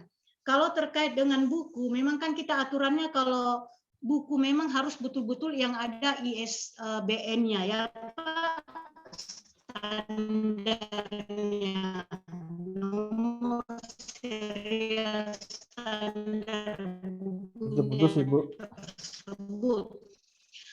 Saya tidak mempunyai pengalaman terkait dengan buku karena saya tidak mengajukan buku yang percetakan, tetapi kemarin saya ada mengajukan buku misalnya kalau buku yang sesuai dengan percetakan, sesuai dengan standar Dikti atau bahkan yang tertinggi 40, tetapi itu tergantung kita mengikuti sesuai dengan aturan Dikti, Pak. Kan banyak sekali kalau namanya buku, walaupun sudah dicetak, banyak buku dicetak, tetapi pertanyaannya, apakah dicetak itu lengkap? Ada editornya, ada kata pengantarnya, lengkap sesuai dengan aturan. Karena banyak juga buku, mungkin buku dicetak, tetapi dia tidak seperti kata buku, tetapi hanya sebagai seperti panduan saja. Jadi mungkin nanti Bapak periksa ulang, mungkin Bapak bisa melihat lagi, membaca terkait jenis-jenis kegiatan yang ada di dalam pedoman operasional. Di situ lebih jelas lagi bagaimana sih kalau terkait kita mengajukan sebagai karya ilmiah dalam bentuk buku. Yang ketiga, Bapak sudah memiliki Sinta 2 dan Bapak memiliki proceeding yang terindeks. Saya rasa itu bisa diusulkan, Pak. Saya juga kemarin ada proceeding yang terindeks, itu kalau sesuai dengan aturan yang ada di pedoman operasional PAK, kalau dia terindeks, misalnya jurnal internasional terindeks pada basis 2 data internasional, di luar kategori 2, artinya di luar jurnal internasional bereputasi, itu dari aturan pedoman operasional masih bisa dinilai 20, Pak. Silahkan diajukan. Itu masih bisa dinilai 20. Asal Bapak jangan kasih nilai 25 di situ, itu menyalahi aturan lagi. Jadi kita memang memberi nilai di dalam jurnal, di dalam peer review, itu betul-betul harus standarnya berada di tabel 7. Di tabel 7 di dalam bidang penelitian yang ada di POK. Lebih bagus kurang daripada kita tambahkan, karena itu pasti kalau sudah tambah pasti sudah menyalahi aturan. Itu. Kemudian kalau yang keempat, dokumentasi repositori. Pengalaman kami, Pak, seharusnya itu memang harus kerjasama dengan UPT. Kalau kami kemarin memang semua yang kerjakan itu adalah bagian perpustakaan kami dengan IT yang memang menangani terkait dengan repositori UPT masing-masing. Karena walaupun Bapak kerjakan sendiri, yang seperti tadi pengalaman Pak Iskandar bahwa dia yang mengerjakan sendiri, kemudian dia mengirim, ternyata Dikti tidak bisa mengakses. Karena memang itu, kan yang harus mengakses itu adalah semua data kita itu dikirim oleh repository dari UPT kita masing-masing. Karena pengusulan pangkat dosen ini kan bukan individual, tetapi institusional, sepengetahuan dengan UPT kita, Pak. Demikian yang bisa kami sampaikan. Mudah-mudahan Bapak bisa menangkap apa yang kami sampaikan. Terima kasih. Dan semoga Made? cepat lolos, Pak. Terima kasih, Bu. Pak Made Semoga gimana? cepat lolos, Siap. Pak ya. Sangat jelas. Hanya saja Mantap. tadi saya bukan nggak melakukan usaha, Ibu, yang satu itu yang terkait dengan koordinasi. Udah, Bu, koordinasi dengan admin sudah, dengan bagian kepegawaian kami sudah, dan termasuk yang biro pegawaian.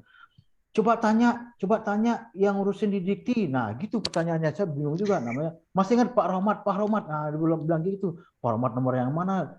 Nah, itu jadi bingung juga. Akhirnya saya kepentok, akhirnya udah kayaknya nggak bisa gimana nih. Pernah juga saya punya kenalan di sana, minta tolong teman di sana di Dikti, nggak proses juga.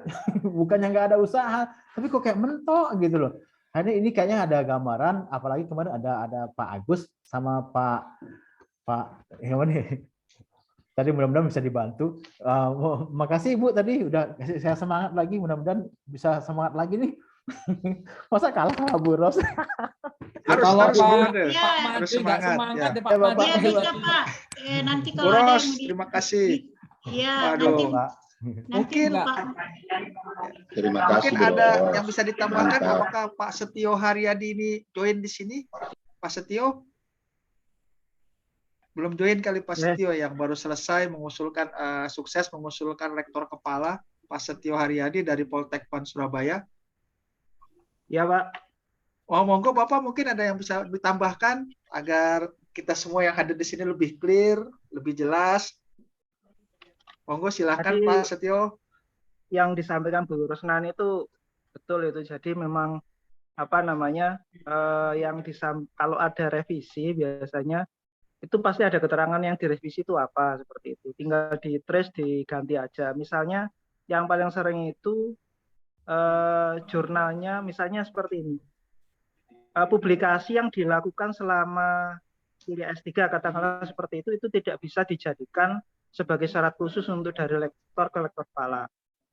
Itu kan kadang-kadang banyak teman yang publikasinya ketika kuliah itu ternyata pas kenaikan pangkat itu nggak bisa dipakai. Nah itu mungkin ada perlu sudah expire ya? Iya expire. Jadinya harus ada cadangan. Jadi setelah lulus itu harus ada publikasi lagi seperti itu. Kemarin kasus saya seperti itu. Jadi dikembaliin sekali. Ternyata catatannya dari Dikti itu publikasi yang Q3 saya ketika kuliah itu nggak bisa dipakai. Akhirnya saya kebetulan masih ada cadangan yang Sinta 2 saya ajukan lagi ternyata masuk. Nah, seperti itu. Mesti ada catatannya seperti tinggal di tracing aja. Kemudian ada aplikasi mungkin Bapak Ibu mungkin kalau mau tracing usulan kita ada aplikasi Selancar Pak. Nah, bisa di Play Store itu ada. Di Play Store ada itu untuk men-tracing posisi usulan lektor kepala kita ataukah guru besar kita sampai di mana itu bisa di-tracing lewat aplikasi itu. Cuma yang jadi catatan email kita di aplikasi Sister itu harus terupdate. Jadi supaya bisa masuk ke aplikasi Sister itu email di aplikasi Selancar Pak, email kita di Sister itu harus update dulu. Jadi nanti kalau di Sister emailnya itu sudah update, nanti pas masuk ke ke Selancar Pak itu ditanyain itu mesti. Nah, jadi nanti kita bisa tracing posisi usulan kita sampai di mana-mana dari aplikasi itu. Itu yang kemarin sih yang saya barusan. Sebenarnya itu sudah punya saya sudah keluar lama Pak. November 2001 sudah keluar. Ternyata tak tanya-tanya kok nggak keluar-keluar. Ternyata nyantol di Dikbud ternyata. Nah, kebetulan ada teman di sana, nah bisa keluar. Setelah hampir 2 bulan itu. Nah, itu mungkin teman-teman monggo diupdate di Sister kita, kemudian pakai Selancar Pak di Play Store itu ada, monggo bisa dicek posisi kita sampai di mana. Nah, tentang kekurangan-kekurangannya nanti bisa dilihat di usulannya kurang apa di admin di kepegawaian kita. Kurang lebih itu Pak Budi. Mohon izin. Baik, terima kasih Pak Setio nih menambah wawasan kita semua di sini. Tadi sudah sama Bu Rosnani sudah lebih jelas lagi, sekarang ditambahkan lagi. Jadi Pak Made gimana ini? Pak Budi mohon izin mau nanya ke sama Pak Setio. Boleh, monggo silahkan. Terkait dengan ini, tadi saya sudah buat Sanjar Pak, hanya saja itu kan perasaan email saya itu udah pakai email yang saya tahu, kok saya informasi kok nggak nongol-nongol. Nah, ngecek email yang Bapak bilang itu di mana ya ngeceknya, kita email yang terdaftar itu di terus yang bilang Bapak bilang update itu apa maksudnya? Update itu gimana? Kan on apa aktif gitu maksudnya? Mohon izin. Makasih Bapak. Jadi mohon izin langsung Pak Budi. Monggo, monggo. Pak Setio, ini pakai perasaan nih Pak Made nih. Perasaan aktif. Monggo, monggo Pak Set. Mohon izin Pak Made. Jadi di setiap satker itu di UPT kita itu ada admin untuk sister. Ya, benar. Ada. Jadi setelah diubah di aplikasi sister tadi, nanti admin tadi itu mengupload ke servernya di Dikti. Nah, nanti setelah diupload itu nanti tinggal disetujui sama di Dikti, di Dikbudnya itu. Itu agak lama kemarin punya saya itu disetujui sekitar 2 mingguan. Setelah diklik sama admin dari Poltekkbank Surabaya, berubahnya itu sekitar 2 mingguan. Tak hitung-hitung 2 mingguan itu. Nah, setelah email kita sudah diupdate, nanti kita baru bisa ketika kita minta akses di aplikasi Selayar Pak itu, nanti dari aplikasi Selayar Pak itu nanti masukin memberikan kodenya ke email kita yang terdaftar tadi, Pak Made. Nah, dari setelah itu baru kita bisa ke update aplikasi kita. Nah, kadang-kadang itu kemarin nyobanya diminta aksesnya nggak cuma sekali Pak Made. Sekali, 2 kali, 3 kali nanti baru ngasih jawaban seperti itu. Nah, rodok rewel, aplikasinya rodok rewel itu. Karena saya Indonesia Raya itu. Makasih Pak, itu aja yang masih normal Pak. Apalagi yang PCDI ini kan berubah status Pak, dari SD menjadi PCDI. Merger datanya saya nggak tahu nih. Mudah-mudahan admin kami bisa. Makasih Bapak atas keterangannya. Terima kasih Pak Setio, Pak Made. Sudah jelas. Mungkin dari teman-teman dosen yang lain ada yang ingin ditanyakan. Sekarang kita sudah punya teman nih yang punya pengalaman 2, Bu Rosnani dan Pak Setio. Monggo dipersilahkan yang lain. Itu Pak Bambang Pak. Pak Bambang, ya. Pak Bambang, ini Pak Bambang. Calon guru besar. Monggo. Ya, terima kasih Pak Budi. Ya, lanjut Bapak. Oke, selamat sore Pak Sekpen, Pak Antoni. Saya cepat sharing saja. Saya satu kampus sama Pak Made Soeharto. Nah, kemudian pengalaman saya sebetulnya tidak terlalu panjang karena saya hijrah menjadi dosen di SPTB itu 2015. Nah, selama 2015 saya memang sudah membawa kepangkatan saya adalah lektor dengan 270. Nah, kemudian sebelumnya saya di swasta. Kemudian 2015 saya sudah ancang-ancang untuk bagaimana mencari profesor. Nah, karena lektor rupanya kan harus naik lektor kepala. Nah, saya mencoba 2015 sampai dengan 2021 mengusulkan lektor, tapi nggak nyampe-nyampe. Bukan nggak nyampe-nyampe, tetapi tidak terproses. Nah, itu saya juga. Pak Mat. Lektor kepalanya. Ya, Pak Mat itu 2016. Itu juga diajukan lektor. Sampai sekarang juga nyusul juga. Nasib Pak. Nasib saya juga nggak tahu.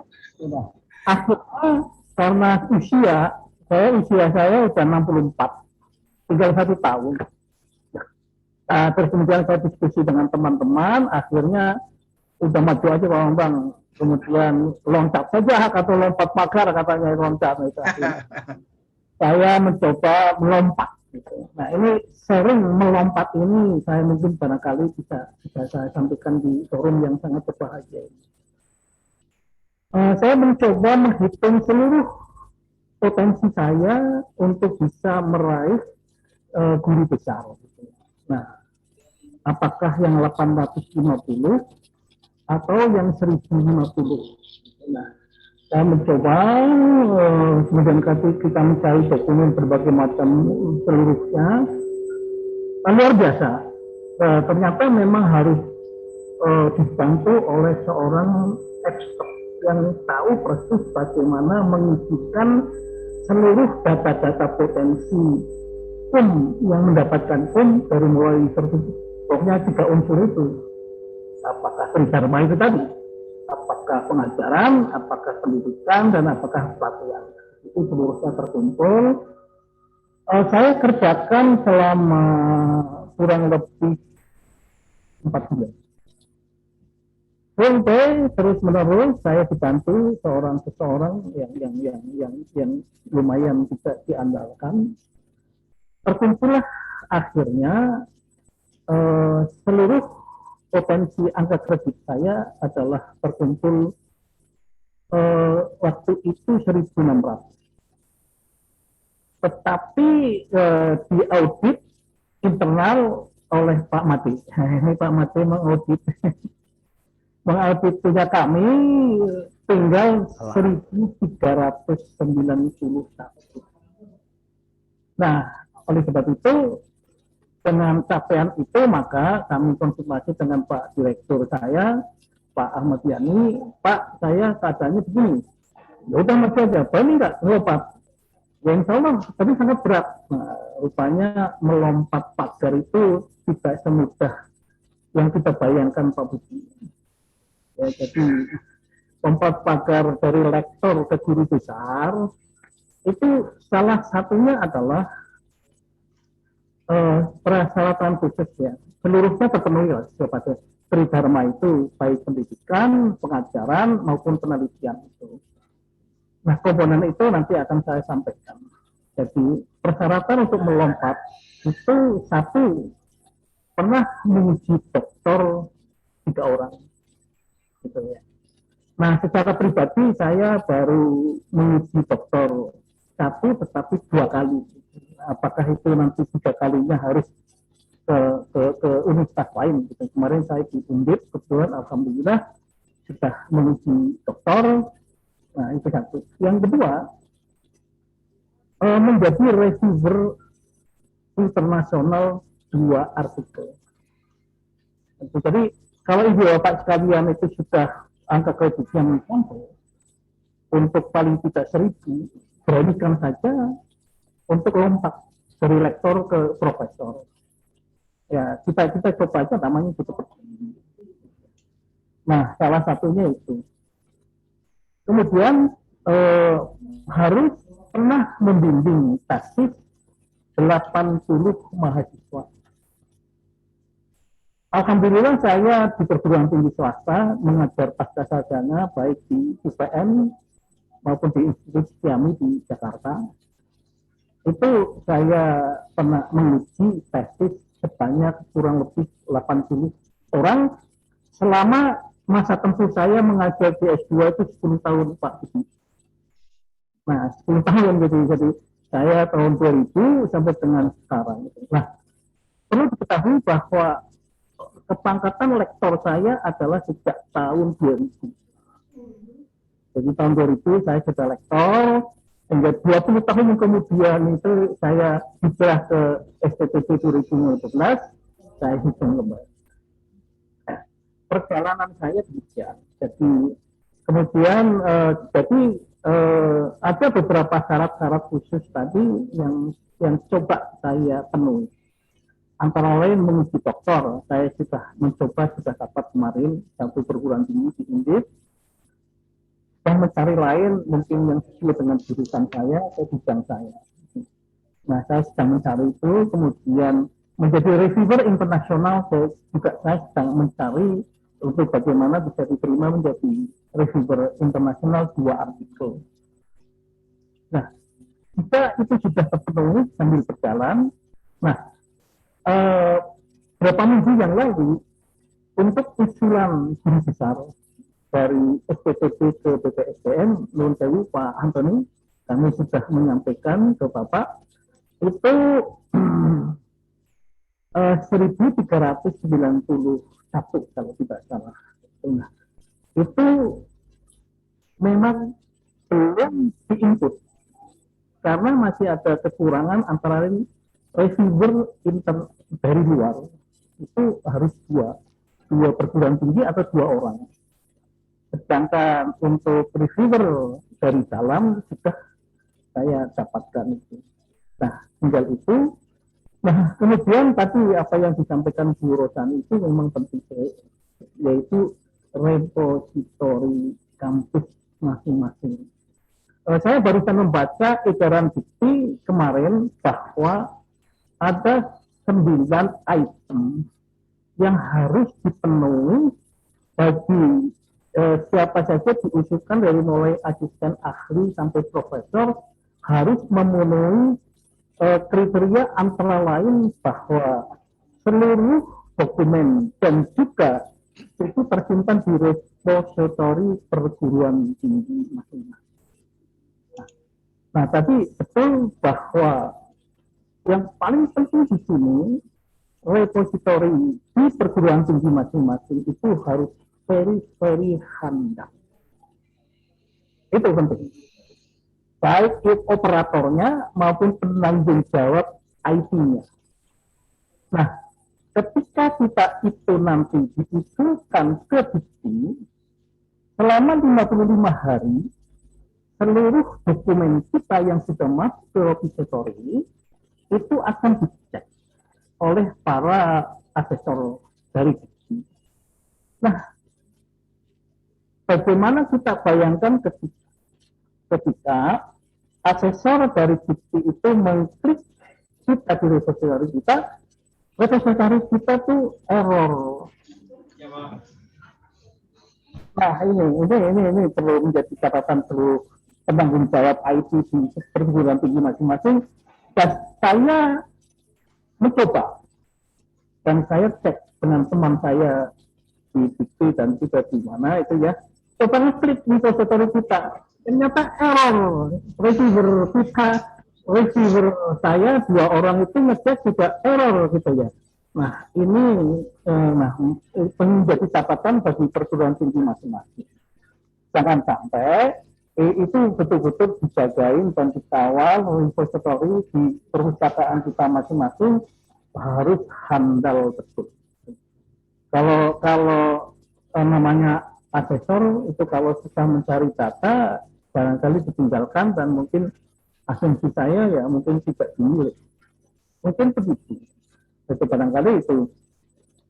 Nah, oleh karena itu secara individual seluruh dokumen yang harus diajukan untuk membackup seluruh tim yang ada itu harus valid link.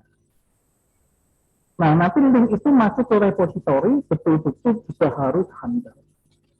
Nah, untuk bagaimana cara membuat link itu, saya kira nanti masing-masing teman itu seluruhnya punya keahlian masing-masing bagaimana menyimpannya. Nah, itu. Nah, kemudian admin masing-masing di perguruan tinggi itu very penting. Kenapa? Buat apa kalau admin di perguruan tinggi masing-masing itu tidak menginput ke Dikti? Itu persoalannya. Nah, terserah saya sudah ngecek. Sudah ngecek ke Dikti yang punya saya. Nah, sekaligus saya lapor kepada Pak Sekjen ini. Nah, ternyata data saya belum ada. Memang belum diinput, tetapi data saya terrekod justru ketika diinput tahun bulan November tahun 2020. Nah, apa itu isinya? Pada catatan Dikti, saya kebetulan juga saya sama orang saya dan ya kolega saya yang ya mungkin Pak Madir tanya siapa itu ya itu ada deh itu yang Dikti itu ya Ya pokoknya siluman-siluman lah saya intelijen. Nah, itu ternyata bisa juga. Ternyata nama Bambang Istianto itu tercatat di situ masuk di input bulan November tahun 2020. Yang diusulkan apa? Bukan memang karena 2020 lektor kepala. Nah, lektor kepala di situ saya sudah terlektor berapa jumlahnya? Tahun 2020 saya itu sudah tercatat di situ terkumpul kumnya adalah 909. Artinya apa? Sebetulnya tahun 2020 jika saya oleh admin di kampus saya itu melaporkan kepada pimpinan, mungkin saya pada waktu itu sudah diusulkan untuk barangkali profesor untuk lompat juga gitu. Nah itu, tetapi sayang saya tidak berlanjut dan saya juga tidak punya informasi apa-apa tentang itu. Dan saya juga ngajinya sama dengan Pak Mati bukan lektor kepala 2016 juga sampai sekarang beritanya nggak ada ya Pak Mati ya. Nah sampai dengan saya memang benar 2019 saya diisikan lektor kepala tapi tidak berlanjut. Nah sehingga mau tidak mau, terpaksa atau tidak terpaksa, suka atau tidak suka, saya usia sudah 64, saya nekat. Saya lapor kepada Pak Direktur nih, saya sudah usia segini-gini. Terus bagaimana? Saya sudah terkumpul sekian boleh nggak lompat? Yang lompat ya, dengan segala penuh resiko. Yang tadi itu berat sekali, tapi sebuah perjuangan tentunya harus kita teruskan. Nah, itu kira-kira pengalaman saya. Jadi saya sesungguhnya kalau mau lektor kepala tahun 2020 itu di situ dikatakan bahwa diambil 850. Andai kata kalau misalnya saya untuk lompat pagar itu sangat sulit, ya mungkin saya ngambil lektor kepala tahun 2022 bulan April insya Allah bisa terbit lektor kepala dengan kum 850. Nah itu kira-kira pengalaman itu, tetapi saya akan mencoba, nanti saya akan melapor ke Pak Direktur sekaligus dengan Pak Sekban bahwa saya tetap akan maju dengan ke guru besar dengan angka 1391 dengan persyaratan yang akan saya penuhi, yaitu reviewer dari luar dua sudah selesai sebetulnya. Dari dalam sudah tinggal bagaimana admin daripada STPD itu menginput saja kalau memang sudah dipenuhi.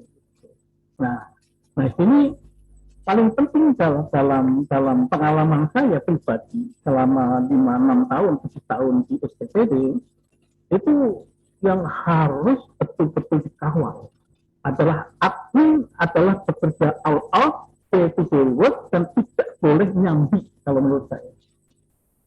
Menurut data di STPD itu ada dosen 76 atau 86 orang tetap yang harus di-OPD. Bayangkan saja, ngopenin 1 orang aja keteteran. Apalagi ngopenin 86. Kalau tidak dengan menggunakan gaya Kopassus, saya jamin tidak akan ada apa-apanya. Ngegolin 1 orang aja, ngegolin Pak Mati saja 2016 untuk jadi lektor kepala, dan saya 2020 yang sudah masuk datanya di dikti itu juga belum apa-apain sampai hari ini. Beritanya nggak tahu. Coba kalau saya nggak siluman-siluman ke dikti, mungkin nggak tahu, saya coba lah, mungkin tidak. Tetapi saya karena sudah masuk, saya ingin saya laporkan kepada Pak Sekban sekalian di sini bahwa saya sudah masuk ke link dikti. Dan keadaannya tentunya ya di tempat saya itu memang harus dilakukan evaluasi yang sangat fundamental di dalam sistem bagaimana administrasi perdosenan supaya semua lancar dan bisa terkawal, termonitor dengan baik. Ya, saya bisa memberikan input bagaimana caranya saya saya cukup paham dengan pengalaman saya pribadi mengurus diri sendiri saya itu selama 4-5 bulan. Hanya dibantu oleh satu orang, saya bisa yang seluruh potensi saya. Perlu kami laporkan di sini. Saya mendapatkan poin 1391 adalah didukung dengan berbagai, misalnya unsur yang pertama itu adalah pengabdian masyarakat. Ternyata jabatan kita selama di pemerintahan dan hidup sebagai apa dan sebagainya itu sangat menolong untuk pengabdian masyarakat. Nilai pengabdian masyarakat itu bisa surplus. Yang kedua itu untuk bidang pengajaran. Nah, ini bidang pengajaran ini tentunya banyak yang bisa dipilih di samping dengan setiap hari kita mengajar, tapi modul. Nah, jadi bahan ngajar itu memiliki nilai yang tinggi, yaitu 3 per sekian semester. Nah, saya terdukung dengan bahan ngajar, itu kita bikin semacam kayak modul-modul kecil-kecilan gitu, bikin sistematika yang seperti itu dapat PUM 3. Kita coba ajukan, nanti tinggal dibuat bagaimana penilaiannya, kita perlu kita buktikan. Itu. Kemudian bagian demikian juga untuk penelitian. Nah, penelitian saya alhamdulillah itu sudah mengumpulkan jurnal 5 fokus. Kemudian buku saya stok ada 12 buku, tetapi yang baru saya ajukan ke yang menjadi ini itu hanya 6 buku. 6 buku. Nah, itu bisa sampai dengan 1397. Kemudian proceeding. Proceeding penting juga. Nah, proceeding saya itu 5 proceeding dari beberapa seminar nasional gitu ya. Dan 1 proceeding internasional. Nah, sehingga terkumpullah jumlah 1391.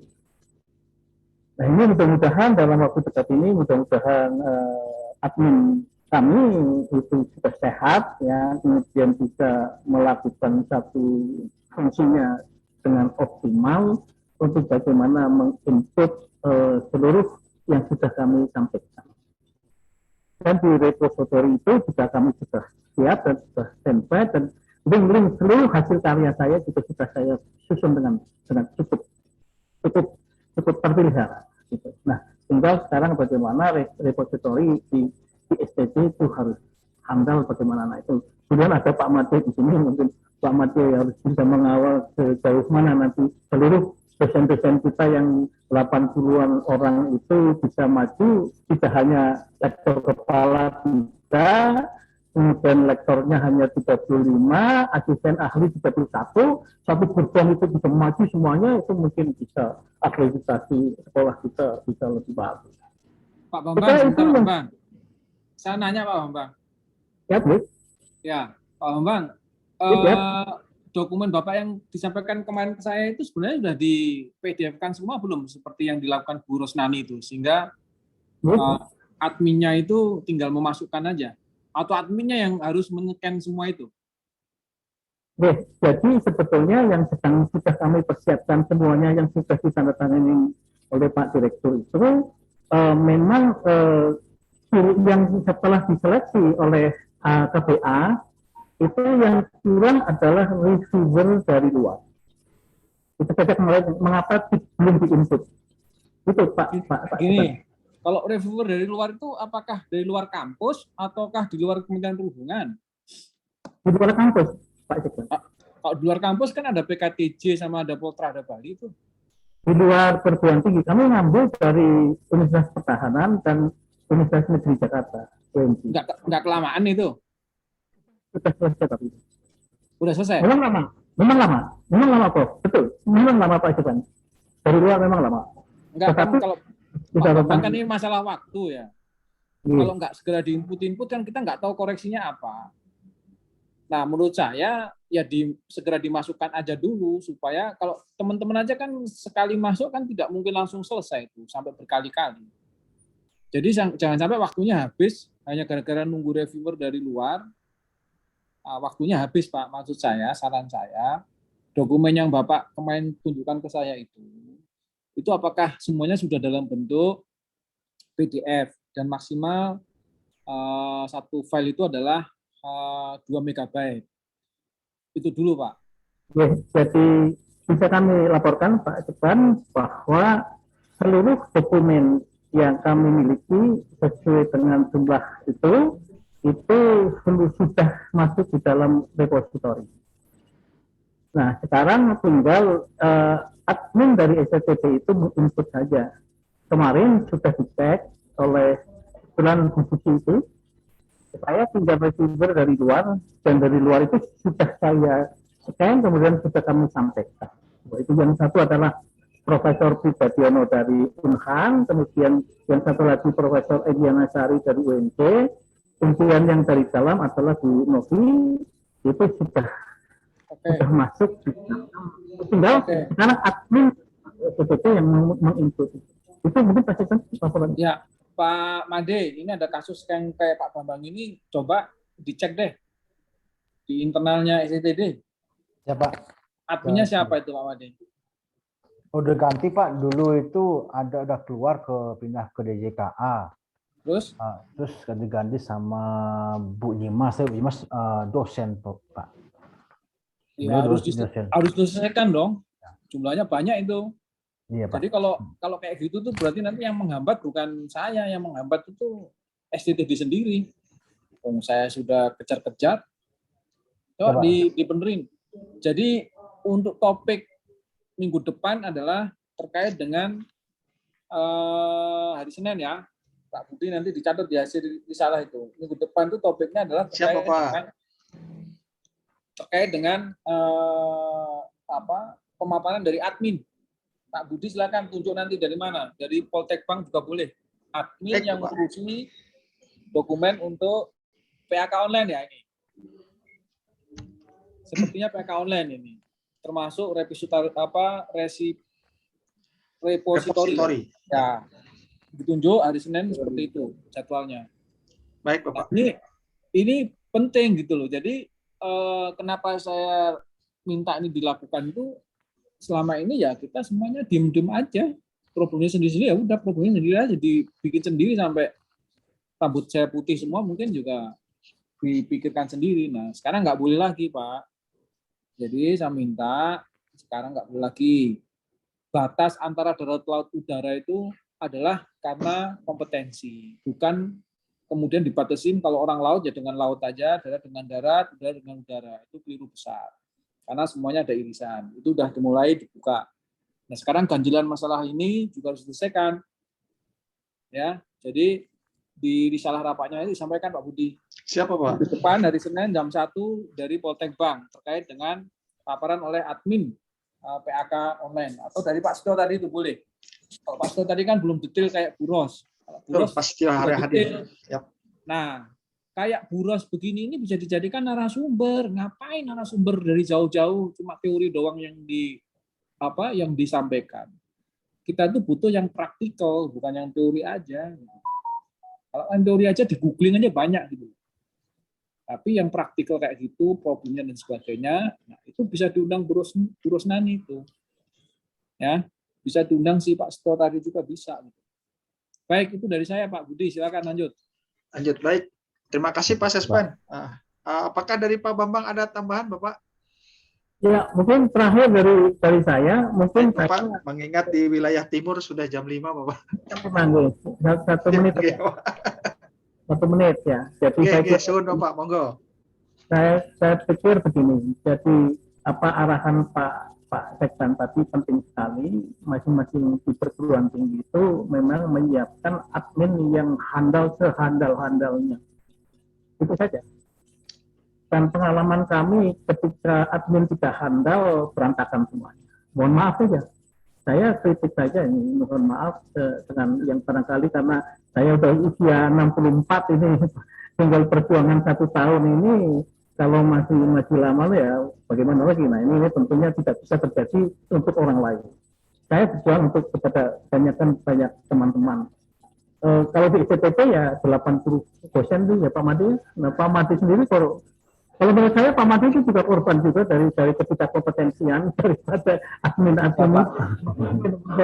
Saya ngomong terus terang aja blok risiko saja saya Pak. Pak Made korban Pak Made. Itu Pak Budi. saya mendukung sekali sini. Artinya bahwa dosen memang mandiri, tetapi perjuangan kemandirian itu apanya? Kemudian manajemen itu akan memberikan fasilitas apanya juga. Tetapi kalau misalnya George Flower seperti ini, saya pesimis.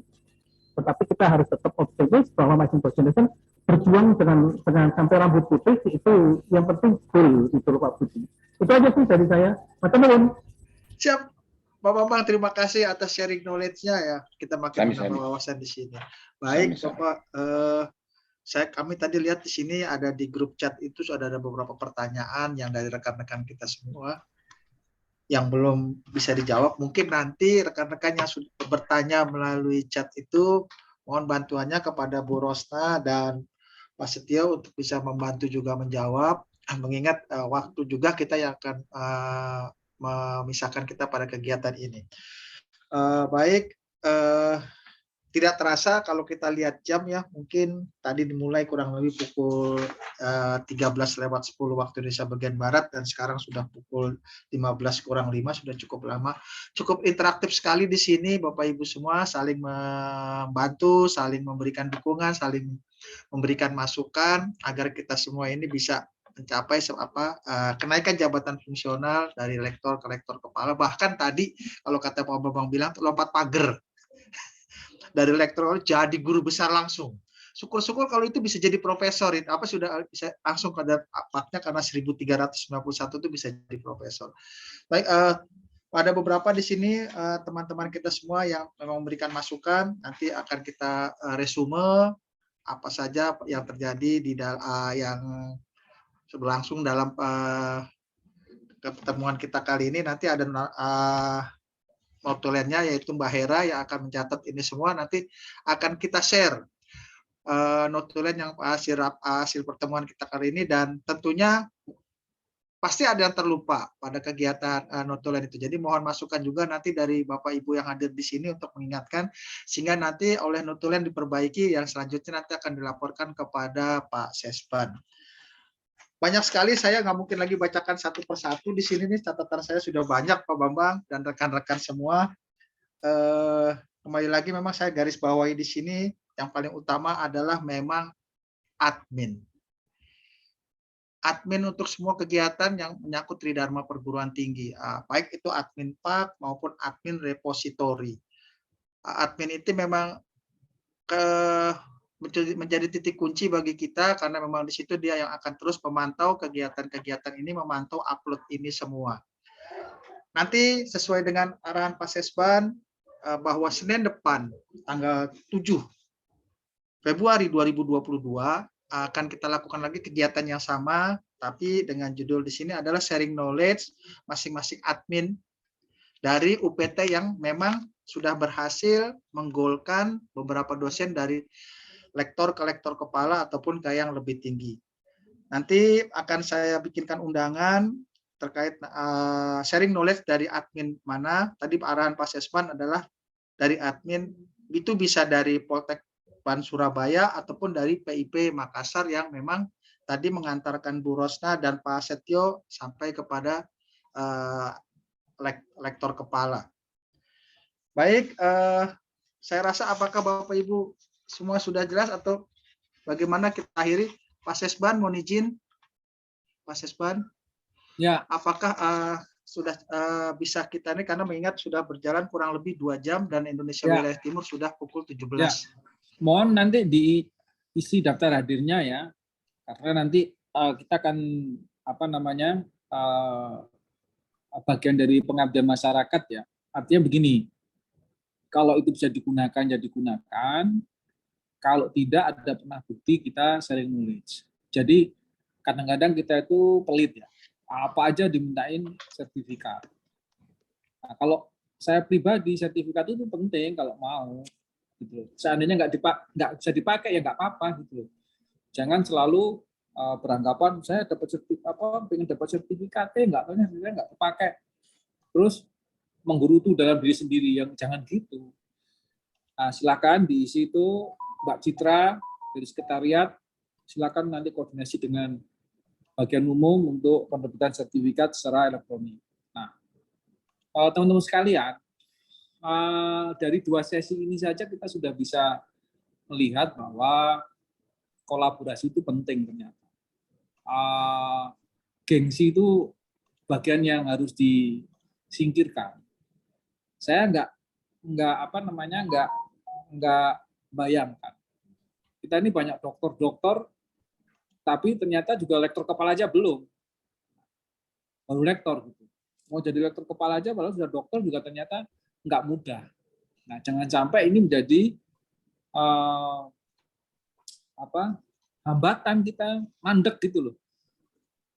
Nah, kalau kemudian Dikbud ingin ngambil sekolah kita, ya kita mau alasan apa lagi gitu loh. Ternyata kita juga nggak bisa ngurus diri sendiri gitu. Dosennya juga susah, kita mau ngurus susah. Nah, sehingga ini jadi penting. Jadi mudah-mudahan SK-nya terkait dengan pengabdian masyarakat ini bisa keluar. Ya, kita rutin hari Senin dan Rabu. Untuk Selasa dan Kamis itu adalah terkait dengan mahasiswa ataupun pegawai kita yang sedang sekolah S3. Ini jumlahnya banyak, ya, sangat banyak sekali jumlahnya. Kita lihat memberikan gambaran kepada teman-teman yang S3 ini supaya segera kelar, segera selesai. Dan saya nanti akan buat satu surat bahwa bagi mahasiswa atau pegawai kita yang sekolah S2, baik yang tugas belajar maupun izin belajar, yang baru semester 1, itu nanti wajib pembimbing 2-nya atau pembimbing 3-nya itu dari sekolah kita. Supaya kita juga punya pengalaman untuk membimbing mahasiswa S2. Termasuk yang sedang S3 tapi masih belum uji proposal. Jadi juga saya minta pembimbing 3-nya adalah dari kampus kita. Ya, silakan nanti bernegosiasi dengan kampus yang dituju. Jadi itu adalah bagian bagaimana kampus nanti kita berkolaborasi ataupun melakukan MOU kerjasama dengan kampus di mana teman-teman sekolah S3. Nah, selebihnya masih ada satu lagi yang harus dipaparkan besok ya, yaitu forum studi. Forum studi itu kalau kita tadi dengar Bu Ros yang nggak berbayar itu lama sekali keluarnya jurnalnya, ya kita sudah harus mulai mikir dari sekarang. Kita harus menyiapkan instrumen sendiri. Nah, forum studi besok paparan itu saya minta tahun 2022 ini di UPT itu sudah ada anggaran semua untuk seminar. Nah, saya minta masing-masing mata nanti ada 1 seminar internasional dan 1 seminar nasional. Secara bertahap nantinya di-upgrade-kan menjadi terindeks. Nah, itu aja kira-kira dari saya. Nah, terima kasih teman-teman sekalian. Di Indonesia Timur sudah pulang kantor, udah bentar lagi udah maghrib. Selamat atas waktu ya, yang telah bersedia mendengarkan apa sharing knowledge dari teman-teman di Makassar maupun dari Bu Rosnani dan moderator Pak Budi. Terima kasih sekali lagi Pak Budi. Terima kasih. Assalamualaikum warahmatullahi wabarakatuh. Salam sehat dan salam prestasi. Sore ini kita bisa akhiri. Sekali lagi terima kasih. Silakan Pak Budi. Waalaikumsalam warahmatullahi wabarakatuh. Terima kasih Pak Sesban. Ngomongnya cuma 2 kali. Waalaikumsalam dibuka. Terima kasih Bapak Pak Sesban masukannya pada penutup kemarin. Memang kita harus tetap terus melakukan kegiatan-kegiatan maju ke depan yang tadi digarisbawahi. Jangan sampai nanti Kementerian Pendidikan dan Kebudayaan, Riset dan Teknologi melihat bahwa kita sendiri tidak mampu mengurus diri kita sendiri. Baik Bapak, tidak panjang lebar. Semoga apa-apa yang kita lakukan hari ini semuanya mendapatkan ridho dari Tuhan Yang Maha Esa dan kita dimampukan terus untuk berbuat yang terbaik bagi BPSDM khususnya, dan pendidikan Indonesia umumnya. Dan untuk itu lebih kurangnya dalam saya menjadi moderator pada kegiatan ini, mohon maaf, saya akhiri juga. Wabillahi taufiq walhidayah. Wassalamualaikum warahmatullahi wabarakatuh. Waalaikumsalam. Sore, salam sejahtera bagi kita semua, salam prestasi. Salam Terima kasih sehat. Pak Moderator, Ibu Rosnani. Terima kasih Ibu Rosnani, Pade, cantik. Pak Bambang, Pak Setio, Bu Rosnani, pancen. Ibu Rosnani paling moy pokoknya. Pancen ya, Bu Ros. Panggil narasumber. Ya, Pak Setio, minggu depan. Ya Pak Budi. Siap. Izin Lev, sehat selalu Bapak Izin, Ibu, semangat. Bapak Ibu.